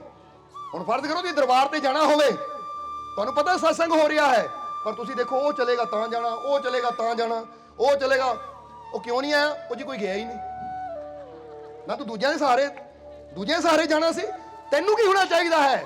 ਜੇ ਕੋਈ ਜਾਵੇ ਨਾਲ ਤਾਂ ਠੀਕ ਹੈ, ਨਹੀਂ ਵੀ ਜਾਏਗਾ ਤਾਂ ਮੈਂ ਇਕੱਲਾ ਹੀ ਕਾਫੀ ਹੈ, ਕਿਉਂਕਿ ਮੈਂ ਆਪਣੀ ਮੰਜ਼ਿਲ ਤੇ ਪਹੁੰਚਣਾ ਆ, ਆਨੰਦ ਲੈਣਾ ਤਾਂ ਪਹੁੰਚ ਕੇ ਦਿਖਾਣਾ ਹੈ। ਇਦਾਂ ਇੱਕ ਭਾਵਨਾ ਹੋਣੀ ਚਾਹੀਦੀ ਹੈ। ਇਸੇ ਤਰ੍ਹਾਂ ਜ਼ਿੰਦਗੀ 'ਚ ਹਰ ਜਗ੍ਹਾ ਅੱਗੇ ਵਧਣ ਦੀ ਇੱਕ ਸੋਚ ਰੱਖੋ। ਕੋਈ ਸਾਥ ਦੇਵੇ ਤਾਂ ਠੀਕ, ਬਹੁਤ ਅੱਛੀ ਗੱਲ ਹੈ, ਕਿਉਂਕਿ ਸਾਥੀ ਨੂੰ ਧੁਤਕਾਰਨਾ ਵੀ ਨਹੀਂ ਹੈ ਕਿ ਮੈਨੂੰ ਤੇਰੀ ਲੋੜ ਹੈ ਨਹੀਂ, ਚੱਲ ਪਿੱਛੇ ਇਕੱਲਾ ਹੀ ਕਾਫੀ ਹੈ। ਨਹੀਂ, ਕੋਈ ਸਾਥ ਚਲੇ, ਪਿਆਰ ਨਾਲ ਚਲੋ, ਖੁਸ਼ੀ ਨਾਲ ਚਲੋ, ਹੱਥ ਫੜ ਕੇ ਚਲੋ। ਹੱਥ ਫੜਨ ਦਾ ਮਤਲਬ ਇਹਨੂੰ ਨਾਲ ਲੈ ਕੇ ਚਲੋ। ਪਰ ਜੇ ਕੋਈ ਸਾਥ ਨਾਲ ਨਾ ਤੁਰੇ, ਕੋਈ ਸਾਥ ਨਾ ਦੇਵੇ, ਤਾਂ ਬੈਠ ਕੇ ਨਿਰਾਸ਼ ਹੋ ਕੇ ਦੁਖੀ ਹੋ ਕੇ ਨਾ ਬਹਿ ਜਾਓ, ਰੋਣਾ ਨਾ ਸ਼ੁਰੂ ਕਰ ਦੋ। ਫਿਰ ਕੀ ਕਹੋ ਕਿ ਠੀਕ ਹੈ, ਦੁਨੀਆ ਨਾਲ ਨਹੀਂ, ਕੋਈ ਰਿਸ਼ਤੇਦਾਰ ਨਾਲ ਨਹੀਂ, ਪਰ ਮੇਰਾ ਮਾਲਿਕ ਤਾਂ ਮੇਰੇ ਨਾਲ ਹੈ, ਉਹਦੇ ਭਰੋਸੇ ਚਲਾਂਗੇ, ਮੰਜ਼ਿਲ ਪਾ ਕੇ ਦਿਖਾਵਾਂਗੇ, ਉਹਦੇ ਵਿਸ਼ਵਾਸ ਤੇ ਪਹੁੰਚਾਂਗੇ ਆਪਣੀ ਮੰਜ਼ਿਲ ਤੱਕ। ਕਿਉਂਕਿ ਜਿਹਨੂੰ ਉਹਦਾ ਸਾਥ ਮਿਲ ਗਿਆ ਫਿਰ ਹੋਰ ਕਿਸੇ ਦੀ ਕੀ ਲੋੜ ਹੈ? ਫਿਰ 1.25 ਲੱਖ ਸੇ ਇਹ ਤਾਂ ਇਕੱਲਾ ਹੀ 1.25 ਲੱਖ ਦੇ ਬਰਾਬਰ ਹੋ ਜਾਂਦਾ ਜੇ ਆਪਣੇ ਰੱਬ ਤੇ ਆਪਣੇ ਮਾਲਿਕ ਤੇ ਵਿਸ਼ਵਾਸ ਹੋਵੇ। समझते हो कि नहीं? जो मुश्किलों का सामना करते हैं वही फिर आगे उसे नहीं मिलती खुशियों की मंजिल जो मुश्किलों से डरते हैं। ਉਹਨਾਂ ਨੂੰ ਕਦੀ ਮੰਜ਼ਿਲ ਨਹੀਂ ਮਿਲਦੀ ਖੁਸ਼ੀਆਂ ਦੀ, ਉਹਨਾਂ ਨੂੰ ਕਦੀ ਮੰਜ਼ਿਲ ਨਹੀਂ ਮਿਲਦੀ ਕਾਮਯਾਬੀ ਦੀ, ਜਿਹੜੇ ਮੁਸ਼ਕਿਲਾਂ ਨੂੰ ਦੇਖ ਕੇ ਡਰ ਜਾਂਦੇ ਆ। ਔਰ ਜਿਹੜਾ ਮੁਸ਼ਕਿਲਾਂ ਦਾ ਸਾਹਮਣਾ ਕਰਨ ਨੂੰ ਤਿਆਰ ਹੋਵੇ, ਜਿਹੜਾ ਮੁਸ਼ਕਿਲਾਂ ਨਾਲ ਫੇਸ ਟੂ ਫੇਸ ਮਿਲਣ ਨੂੰ ਤਿਆਰ ਹੋਵੇ, ਫਿਰ ਅੱਗੇ ਵੀ ਉਹੀ ਵਧਦੇ ਆ। ਤੁਸੀਂ ਵਧਦੇ ਹੋ ਨਾ ਅੱਗੇ। ਕੋਈ ਕਹੇ ਮੁਸ਼ਕਿਲ ਹੈ, ਉਹ ਆ ਲੈਣ ਦੇ, ਦੇਖ ਲੈਂਦੇ ਆ, ਦੇਖ ਲੈਂਦੇ ਕਿਹੜੀ ਮੁਸ਼ਕਿਲ ਰਸਤੇ 'ਚ ਖੜੀ ਹੈ। ਜਰਾ ਐਸੀ ਵੀ ਤਾਂ ਦੇਖੀਏ ਕਿਹੜੀ ਮੁਸ਼ਕਿਲ ਜਿੰਨਾ ਦਮ ਹੈ ਜੋ ਮਾਲਕਾਂ ਦੇ ਸ਼ੇਰ ਨੂੰ ਹਰਾ ਸਕੇ। ਕਹਿੰਦਾ ਦੇਖੀਏ ਜਰਾ ਕਿਹੜੀ ਮੁਸ਼ਕਿਲ ਇਦਾਂ ਦੀ ਹੈ। ਜਰਾ ਸੋਚੋ, ਜਦੋਂ ਸ਼ੇਰ ਸਵੇਰੇ ਨਿਕਲਦਾ ਆਪਣੀ ਗੁਫਾ ਚੋਂ ਤੇ ਇਹ ਸੋਚ ਕੇ ਨਿਕਲਦਾ ਕਿ ਕਿਤੇ ਹਾਥੀ ਨਾ ਹੋਵੇ, ਕਿਤੇ ਜੰਗਲੀ ਭੈਂਸਾ ਨਾ ਹੋਵੇ, ਅੱਜ ਤਾਂ ਰਹਿਣ ਹੀ ਦੇਈਏ ਜਾਣ ਨੂੰ। ਨਹੀਂ, ਸ਼ੇਰ ਨਿਕਲਦਾ ਹੈ ਬੜੀ ਸ਼ਾਨ ਨਾਲ, ਜੰਗਲ ਦਾ ਰਾਜਾ ਹੈ, ਦਹਾੜਦਾ ਜਾਂਦਾ ਹੈ। ਰਸਤੇ 'ਚ ਹਾਥੀ ਵੀ ਹੁੰਦੇ ਐ, ਰਸਤੇ ਜੰਗਲੀ ਭੈਂਸੇ ਹੁੰਦੇ, ਜੰਗਲੀ ਸੂਰ ਹੁੰਦੇ, ਸਾਰੇ ਦੌੜਦੇ ਉਹਨੂੰ ਦੇਖ ਕੇ, ਪਰ ਸ਼ੇਰ ਡਰਦਾ ਨਹੀਂ ਹੈ। ਸੋ ਤੁਸੀਂ ਵੀ ਇਦਾਂ ਦਹਾੜੋ, ਜੈ ਮਾਲਕਾਂ ਦੀ ਕਹਿ ਕੇ ਨਿਕਲੋ। ਇਦਾਂ ਦੀ ਦਹਾੜ ਹੋਣੀ ਚਾਹੀਦੀ, ਜੈ ਮਾਲਕਾਂ ਦੀ ਨਾਲ ਨਿਕਲੋ, ਜੈ ਜੈਕਾਰ ਤੁਹਾਡੀ ਵੀ ਹੁੰਦੀ ਚਲੀ ਜਾਏਗੀ। ਕੀ ਡਰਨਾ ਕਿਸੇ ਮੁਸ਼ਕਿਲ ਤੋਂ, ਕੀ ਡਰਨਾ ਕਿਸੇ ਪਰੇਸ਼ਾਨੀ ਤੋਂ। ਕੋਈ ਕਵੇ ਨਾ ਉਹ ਕੰਮ ਬੜਾ ਔਖਾ, ਰਸਤੇ 'ਚ ਮੁਸ਼ਕਿਲਾਂ ਬੜੀਆਂ। ਅੱਛਾ, ਇਹਨਾਂ ਮੁਸ਼ਕਿਲਾਂ ਦਾ ਬਾਹ ਹਾਲੇ ਤੱਕ ਮਾਲਕਾਂ ਦੇ ਸ਼ੇਰ ਨਾਲ ਤਾਂ ਪਿਆ ਹੀ ਨਹੀਂ। ਜਰਾ ਦੇਖੀਏ ਤਾਂ ਸਹੀ, ਮੁਸ਼ਕਿਲ ਬੜੀ ਹੈ। ਇਸ ਲਈ शेर के अगे लाइना जुड़ गई, भी सुना दिए तुहानू कि जो मुश्किलों का सामना करते हैं वो ही फिर आगे, उन्हें कभी नहीं मिलती खुशियों की मंजिल जो मुश्किलों से। अरे जरा हुण गौर करना, लाइना हुणे बैठे बैठे आवेंगे, ये बड़ियां जरूरी है। अरे हम तो मुश्किलों को भी मुश्किल में डाल देते हैं, अरे हम तो मुश्किल को भी मुश्किल में डाल देते हैं, क्योंकि हम अपने मालिक से प्यार करते हैं। और जेड़ा मालिक दा प्यारा होवे, मालिक दे विश्वास करने वाला होवे, वो कहंदे मुश्किलां नूं भी असीं मुश्किल च पा देवांगे। मुश्किलां बंदे नूं मुश्किल च पांदियां, पर मालिक नाल प्यार करने वाले मुश्किलां नूं मुश्किल च पा दिंदे। मुश्किल कहंदी है आ किहदे नाल बाह पै गया मेरा, भाई बचा लो मैनूं। समझदे हो कि नहीं? हुण तुसीं डरन वाले बनना या डराण वाले बनना है? तो फिर उन शब्द को दोबारा दोहराइए कि जो मुश्किलों का सामना करते हैं वो ही फिर आगे, उन्हें कभी नहीं मिलती खुशियों की मंजिल जो मुश्किलों से। अरे हम तो मुश्किल को भी मुश्किलों में डाल देते हैं, क्योंकि हम अपने मालिक से प्यार करते हैं। अपने मालिक ना प्यार करने वाले मुश्किलों भी मुश्किल च पा देंगे। समझते हो कि नहीं? देख लो जीवन च कहते मुश्किल है, फिर कह दो मैनू अपने मालिक नाल, मैनू अपने मालिक नाल बहुत, मैनू अपने मालिक नाल बहुत, मैनू अपने मालिक नाल बहुत। जे वाकई तुसीं प्यार करते हो तो हुण मुश्किलां भी डरनगियां तुहाडे तो। एक विश्वास होना चाहिए है, एक यकीन होना चाहिए कि बहुत बड़ी शक्ति साडे नाल भी है, तो अंदर भी बैठी है। इस करके घट में हीरा, घट में मोती, घट में नूर अपारा, घट में भक्ति, घट में शक्ति, घट में सिरजन। क्यों तू डोले साईं घट में बोले, ओ क्यों तू डोले साईं घट में बोले, जिसका ये संसारा। क्यों तू डोले साईं घट में बोले, जिसका ये संसारा। इत उत भरमत लोग फिरत हैं, कोई विरला बूझनहारा। जरा गौर करने वाली गल है, ये शब्द दियां 4 लाइनां, पर ਇਹਦੇ ਚ ना सारा निचोड़ कर दिता। अगर ਇਹਨੂੰ ना जिदा बंदा कहते ना फ्रूट ਨੂੰ निचोड़ के जूस कट के पी लैंदा है, तो सारा असर मिल जाता है। अगर ये शब्द ना निचोड़ समझ लीए तो साडी पूरी जिंदगी ਨੂੰ सवारन वास्ते काफी है। कि खुशियां दे हीरे मोती दा साडे घट में हीरा, घट में मोती, घट में नूर। वो एडा वड्डा नूर घट दे विच ही है। जरा फील करके देखो कि मेरे अंदर नूर नाल भरपूर है। मैं नूर नाल, मैं नूर नाल, मैं नूर नाल, अंदर ही है नूर, अंदर ही हो शक्ति। घट में भक्ति, घट में ही शक्ति। ताकत भी अंदर ही है, क्योंकि सारी शक्ति जिदा आप दसिया ना, तुसी तुर रहे हो, ये ताकत कित्थे है? अंदरों ही आंदी ना, कोई बाहरों थोड़ी आंदी है। जिदा बच्ची ने गड्डी चक्की, ताकत कित्थों आई? किते बाहरों नहीं किसी ने आके हेल्प की ओदी। जिदा दसिया जैनेट बारे कि वो बाहरों नहीं किसी ने हेल्प की, बल्कि उन्हें गॉड को हेल्प मिलेगी। गॉड हेल्प मी, ताकत कित्थों आई? जवाब दे दियो, अंदरों आई ना, पर गॉड नूं बुलाना पैंदा है। ओदी ताकत आंदी है, पर उन्होंने याद करना पैंदा है, ओदी मदद मंगनी पैंदी है, फिर ही ओदी ताकत दा दरजा खुलदा है। ਅੱਜ ਇਨਸਾਨ ਆਪਣੇ ਅੰਦਰ ਬੈਠੀ ਉਹ ਤਾਕਤ ਤੇ ਵਿਸ਼ਵਾਸ ਕਰਕੇ ਉਹਨੂੰ ਜਗਾਉਣ ਦੀ ਬਜਾਏ, ਉਹ ਦੁਆਰ ਖੋਲਣ ਦੀ ਬਜਾਏ ਬਾਹਰ ਹੀ ਨਸ਼ਿਆਂ 'ਚ ਭਟਕਦਾ ਫਿਰਦਾ ਹੈ, ਬੁਰਾਈਆਂ 'ਚ ਭਟਕਦਾ ਫਿਰਦਾ ਹੈ। ਕੋਈ ਮੁਸੀਬਤ ਆਂਦੀ ਹੈ ਤਾਂ ਬੰਦਾ ਆਪਣੇ ਮਾਲਿਕ ਦੀ ਸ਼ਰਨ ਵਿੱਚ ਜਾਣ ਦੀ ਬਜਾਏ ਕਿੱਥੇ ਕਰਦਾ, ਆ ਮੈਂ ਸ਼ਰਾਬ ਤਾਂ ਪੀ ਲਈ ਕਿਉਂਕਿ ਕਰਜ਼ਾ ਬਹੁਤ ਹੈ, ਆ ਮੇਰੀ ਦੁਕਾਨ ਤੇ ਪ੍ਰੋਬਲਮ ਬਹੁਤ ਹੈ ਤਾਂ ਨਸ਼ਾ ਕਰਨ ਲੱਗ ਪਿਆ। ਤਾਂ ਸੱਚ ਦੱਸਿਓ, ਸ਼ਰਾਬ ਪੀਣ ਨਾਲ ਕਰਜ਼ੇ ਉਤਰਦੇ ਆ ਹੋਰ ਚੜਦੇ ਆ? ਦੁਕਾਨ ਦੇ ਤੇ ਕੰਮ ਘਟਿਆ ਹੈ, ਨਸ਼ੇ ਕਰਨ ਨਾਲ ਕੰਮ ਵਧਣਾ ਜਾਂ ਹੋਰ ਡਾਊਨ ਹੋਣਾ ਹੈ? ਉਹ ਕੰਮ ਵੀ ਡਾਊਨ, ਪੈਸਾ ਵੀ ਜਾਂਦਾ ਹੈ, ਸਿਹਤ ਵੀ ਜਾਂਦੀ ਹੈ, ਅੱਗੇ ਤੋਂ ਅੱਗੇ ਬੰਦਾ ਹੋਰ ਜ਼ਿਆਦਾ ਬਰਬਾਦ ਹੁੰਦਾ ਚਲਾ ਜਾਂਦਾ ਹੈ। ਜੇ ਜੀਵਨ 'ਚ ਮੁਸ਼ਕਿਲ ਆਵੇ ਤਾਂ ਸਮਝ ਲਓ, ਹੁਣ ਫਰਜ਼ ਕਰੋ ਇੱਥੇ ਜੈਨਟ ਦੀ ਗੱਲ ਕਰੀਏ, ਉਹਨਾਂ ਦੇਖਿਆ ਡੈਡੀ ਥੱਲੇ ਫਸਿਆ ਹੋਇਆ ਗੱਡੀ ਦੇ, ਦੌੜ ਕੇ ਜਾਂਦੀ ਸ਼ਰਾਬ ਦਾ ਪੈਗ ਪੀ ਲੈਂਦੀ ਕਿ ਲੈ ਡੈਡੀ ਮੇਰਾ ਮੁਸੀਬਤ ਤਾਂ ਸ਼ਰਾਬ ਪੀ ਲਈ ਮੈਂ। ਤਾਂ ਜਿਹੜੀ ਮਾੜੀ ਮੋਟੀ ਤਾਕਤ ਸੀ ਉਹ ਵੀ ਲੜਖੜਾਉਂਦੀ ਆਂਦੀ, ਡੈਡੀ ਬਚਾ ਲੈਣਾ ਤੈਨੂੰ ਮੈਂ। ਤਾਂ ਕੀ ਕਰਨਾ ਸੀ, ਡੈਡੀ ਤਾਂ ਮਰਨਾ ਹੀ ਸੀ, ਆਪ ਵੀ ਮਰ ਜਾਣਾ ਸੀ ਨਸ਼ਾ ਕਰਕੇ।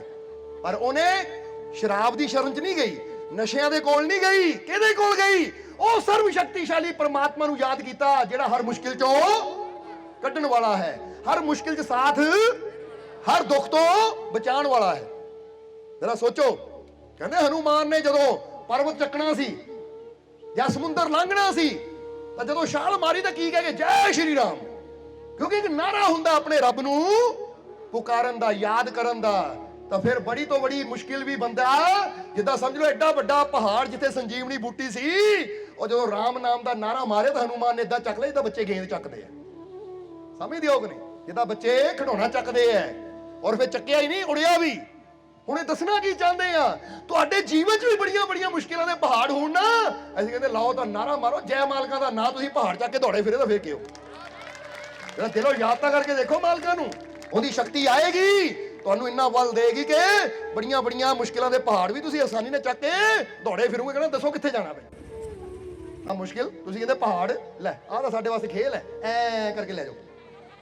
ਹਨੂਮਾਨ ਵਾਸਤੇ ਖੇਲ ਹੀ ਬਣ ਗਈ, ਉਹ ਤੁਹਾਡੇ ਵਾਸਤੇ ਵੀ ਮੁਸ਼ਕਿਲਾਂ ਖੇਲ ਹੋ ਸਕਦੀਆਂ ਹੈ ਅਗਰ ਤੁਹਾਨੂੰ ਆਪਣੇ ਮਾਲਿਕ ਤੇ ਵਿਸ਼ਵਾਸ ਹੋਵੇ। ਸੋ ਬੁਲਾਣਾ ਪੈਂਦਾ ਆਪਣੇ ਮਾਲਿਕ ਨੂੰ, ਯਾਦ ਕਰਨਾ ਪੈਂਦਾ ਹੈ। ਸੋ ਫਿਰ ਕਹਾਂਗੇ ਕਿ ਜੀਵਨ 'ਚ ਕੋਈ ਪ੍ਰੋਬਲਮ ਹੋਵੇ ਨਸ਼ਿਆਂ ਵੱਲ ਨਾ ਜਾਓ।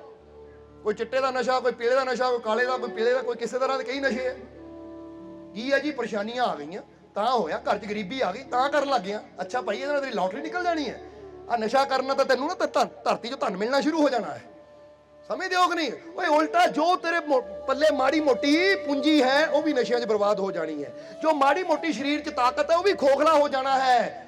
ਤੂੰ ਅੱਗੇ ਵਧਣ ਦੇ ਲਾਇਕ ਰਹਿਣਾ ਹੀ ਨਹੀਂ ਹੈ। ਇਹਦੇ ਨਾਲ ਚੰਗਾ ਹੈ ਕਿ ਜੇ ਮੁਸ਼ਕਿਲਾਂ ਦਾ ਪਹਾੜ ਆਇਆ ਹੈ ਤਾਂ ਇਸ ਲਈ ਤੈਨੂੰ ਉਹਦੀਆਂ ਰਹਿਮਤਾਂ ਦੀ ਲੋੜ ਹੈ, ਇਸ ਲਈ ਉਸ ਮਾਲਿਕ ਦੀ ਰਹਿਮਤ ਦੇ ਸਾਥ ਦੀ ਲੋੜ ਹੈ। ਔਰ ਜਿੱਦਾਂ ਹਜ਼ਰਤ ਅਲੀ ਨੇ ਕਿਹਾ ਕਿ ਅਗਰ ਆਪਣੇ ਰੱਬ ਤੇ, ਆਪਣੇ ਆਪ ਤੇ ਵਿਸ਼ਵਾਸ ਕਰੇਗਾ ਫਿਰ ਕਾਮਯਾਬੀ ਮਿਲਣੀ ਹੈ। ਤਾਂ ਜੇ ਆਪਣੇ ਆਪ ਤੇ ਤਾਂ ਆਪਣੇ ਰੱਬ ਤੇ ਵਿਸ਼ਵਾਸ ਹੈ ਨਹੀਂ ਤਾਂ ਜ਼ਿੰਦਗੀ 'ਚ ਕਦੀ ਤੂੰ ਕਾਮਯਾਬ। ਹੁਣ ਤੁਸੀਂ ਕਾਮਯਾਬ ਹੋਣਾ ਚਾਹੁੰਦੇ ਹੋ ਜਾਂ ਨਹੀਂ? ਤਾਂ ਫਿਰ ਅੱਜ ਤੋਂ ਆਪਣੇ ਆਪ ਤੇ ਵੀ ਵਿਸ਼ਵਾਸ ਰੱਖੋ ਕਿ ਮੈਂ ਕਰ ਸਕਦਾ ਹਾਂ, ਕਿਉਂਕਿ ਮੈਨੂੰ ਆਪਣੇ ਮਾਲਿਕ ਤੇ ਵੀ ਵਿਸ਼ਵਾਸ ਹੈ। ਉਹਦੀ ਰਹਿਮਤ ਹਰ ਕਦਮ ਤੇ ਮੇਰਾ ਮਾਲਿਕ ਮੇਰੇ। ਇਸ ਨੂੰ ਸਮਾਂ ਕਾਫੀ ਹੋਗਾ ਨਾ, ਆਖਰਲੇ ਬਚਨਾਂ ਵੱਲ ਚਲੀਏ। ਇਹਲੇ ਫਿਰ ਹੁਣ ਆਖਰਲੇ ਬਚਨਾਂ 'ਚ ਇਹੀ ਗੱਲ ਕਵਾਂਗੇ ਕਿ ਆਪਣੇ ਆਪ ਨੂੰ ਅੱਜ ਤੋਂ ਕਮਜ਼ੋਰ ਸਮਝਣਾ ਬੰਦ ਕਰੋ, ਮੁਸੀਬਤਾਂ ਤੋਂ ਡਰਨਾ ਬੰਦ ਕਰੋ ਔਰ ਆਪਣੀ ਹਿੰਮਤ ਦੇ ਲੈਵਲ ਨੂੰ ਵਧਾਓ, ਆਪਣੇ ਹੌਸਲੇ ਦੇ ਲੈਵਲ ਨੂੰ ਵਧਾਓ, ਆਪਣੀ ਅੱਛਾਈ ਦੇ ਲੈਵਲ ਨੂੰ ਵਧਾਓ, ਆਪਣੀਆਂ ਖੁਸ਼ੀਆਂ ਦੇ ਲੈਵਲ ਨੂੰ ਵਧਾਓ। ਕਿਉਂਕਿ ਫਿਰ ਕਵਾਂਗੇ ਕਿ ਜਿਸ ਮਾਲਿਕ ਨੇ, ਜਿਸ ਪਰਮਾਤਮਾ, ਜਿਸ ਪ੍ਰਭੂ ਨੇ ਸਾਨੂੰ ਬਣਾਇਆ ਹੈ, ਜਦੋਂ ਇੱਥੇ ਅਸ਼ਲੋਕ ਨੂੰ ਪੂਰਾ ਕਰੀਏ ਔਰ ਫਿਰ ਸਤਸੰਗ ਦੀ ਸਮਾਪਤੀ ਕਰਾਂਗੇ ਕਿ ਜਿਸ ਤਰ੍ਹਾਂ ਅਸੀਂ ਦੱਸਿਆ ਕਿ घट में हीरा, घट में मोती, घट में सिरजनहारा, घट में भक्ति, घट में ही शक्ति, घट में सिरजन। जिस प्रभु ने ਤੁਹਾਡੀ ਸਿਰਜਣਾ ਕੀਤੀ ਹੈ ਨਾ, ਬਣਾਇਆ ਤੁਹਾਨੂੰ, ਜੀਵਨ ਦਿੱਤਾ, ਤੁਹਾਡੇ ਅੰਦਰ ਹੀ ਬੈਠਾ ਹੈ। ਬੋਲੋ ਸਮਝਦੇ ਹੋ ਕਿ ਨਹੀਂ? ਇਸ ਲਈ ਤੂੰ ਕਿਉਂ ਡੋਲੇ, ਸਾਈਂ ਘਟ ਮੇ ਬੋਲੇ। ਜਦੋਂ ਤੇਰੇ ਅੰਦਰ ਬੈਠਾ ਬੋਲ ਰਿਹਾ ਹੈ, ਤੇਰੇ ਅੰਦਰ ਬੈਠਾ ਤੈਨੂੰ ਤਾਕਤ ਦੇਣ ਲਈ ਤਿਆਰ ਹੈ, ਤੈਨੂੰ ਹਿੰਮਤ ਦੇਣ ਲਈ ਤਿਆਰ ਹੈ, ਤੈਨੂੰ ਹਰ ਮੁਸ਼ਕਿਲ ਚੋਂ ਕੱਢਣ ਲਈ ਉਹ ਤਿਆਰ ਹੈ, ਹਰ ਜਗ੍ਹਾ ਤੇਰਾ ਸਾਥ ਦੇਣ ਲਈ ਤਿਆਰ ਹੈ, ਤੈਨੂੰ ਹਰ ਮੰਜ਼ਿਲ ਤੱਕ ਲੈ ਕੇ ਜਾਣ ਲਈ ਉਹ ਤਿਆਰ ਹੈ, ਤਾਂ ਡੋਲ ਕਿਉਂ ਰਿਹਾ ਹੈ? ਫਿਰ ਤੂੰ ਇਹ ਚਿੰਤਾ ਕਿਉਂ ਕਰ ਰਿਹਾ ਹੈ? ਉਹਨੂੰ ਯਾਦ ਕਰ, ਉਹ ਸ਼ਕਤੀ ਤੇ ਵਿਸ਼ਵਾਸ ਕਰ, ਉਹ ਸ਼ਕਤੀ ਨੂੰ ਜਗਾ, ਉਹ ਸ਼ਕਤੀ ਨੂੰ ਬੁਲਾ ਕਿ ਮੈਂ ਡੋਲਣਾ ਨਹੀਂ ਹੈ, ਮੈਂ ਆਪਣੇ ਮਾਲਿਕ ਤੇ ਵਿਸ਼ਵਾਸ ਕਰਕੇ ਇਹ ਮੁਸ਼ਕਿਲ ਚੋਂ ਬਾਹਰ ਆਣਾ ਹੈ।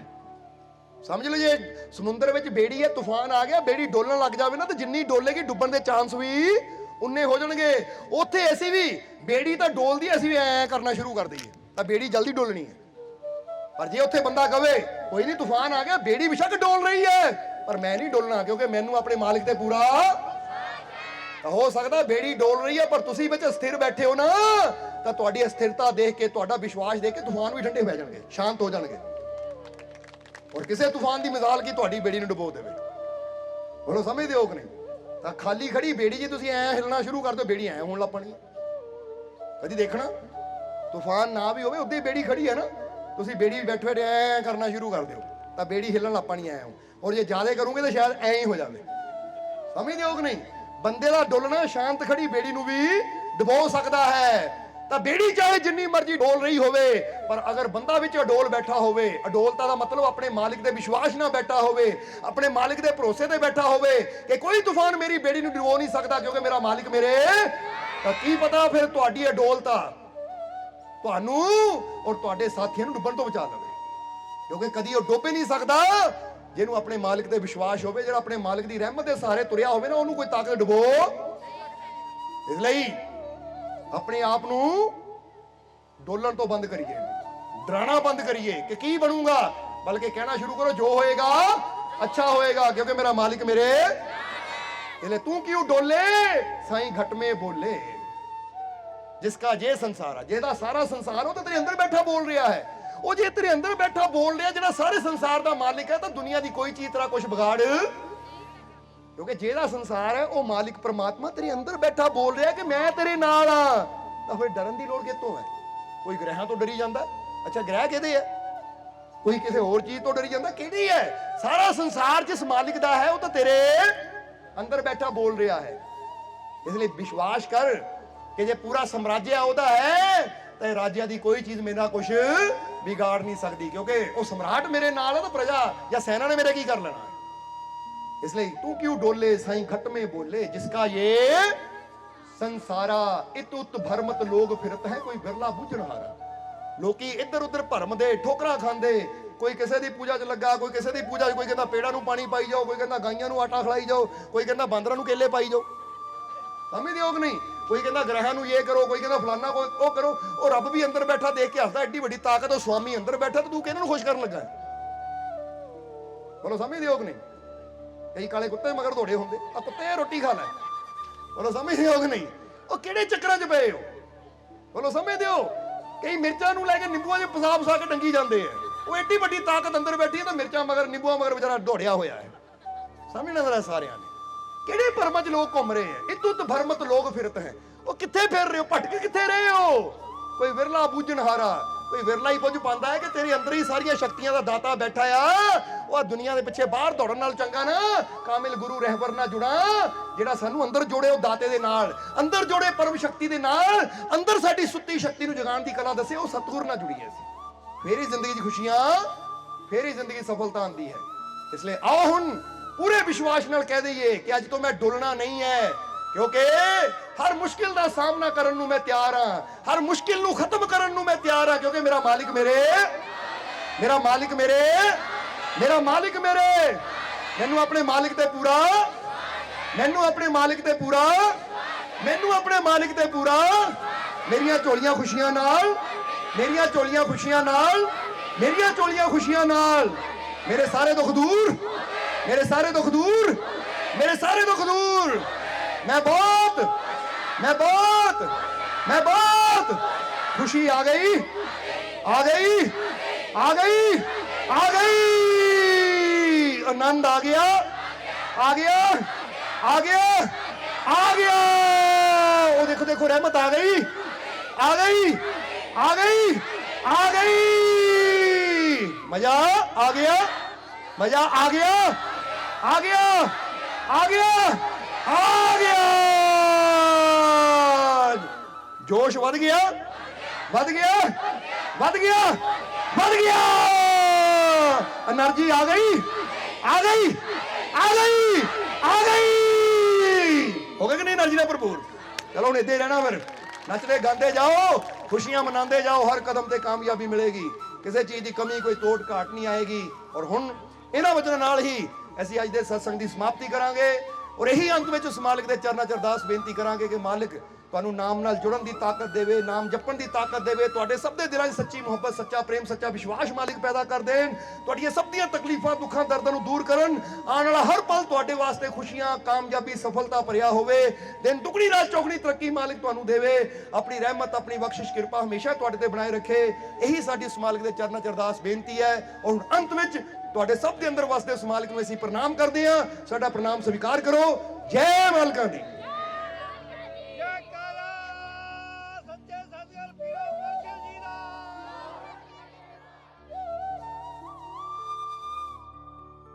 वीडियो अच्छी लगी हो तो कृपया इसे शेयर जरूर करें। आपके शेयर करने से अगर किसी की जिंदगी में अच्छा बदलाव आता है, पॉजिटिव चेंज आती है, तो ये भी आपकी तरफ से किया गया एक नेक कर्म होगा, एक सेवा होगी। तो वीडियो को शेयर जरूर करें और वीडियो देखने के लिए सर्व संजय दरबार कांटियां शरीफ यूट्यूब चैनल को सब्सक्राइब करें और फेसबुक पेज को फॉलो करना ना भूलें।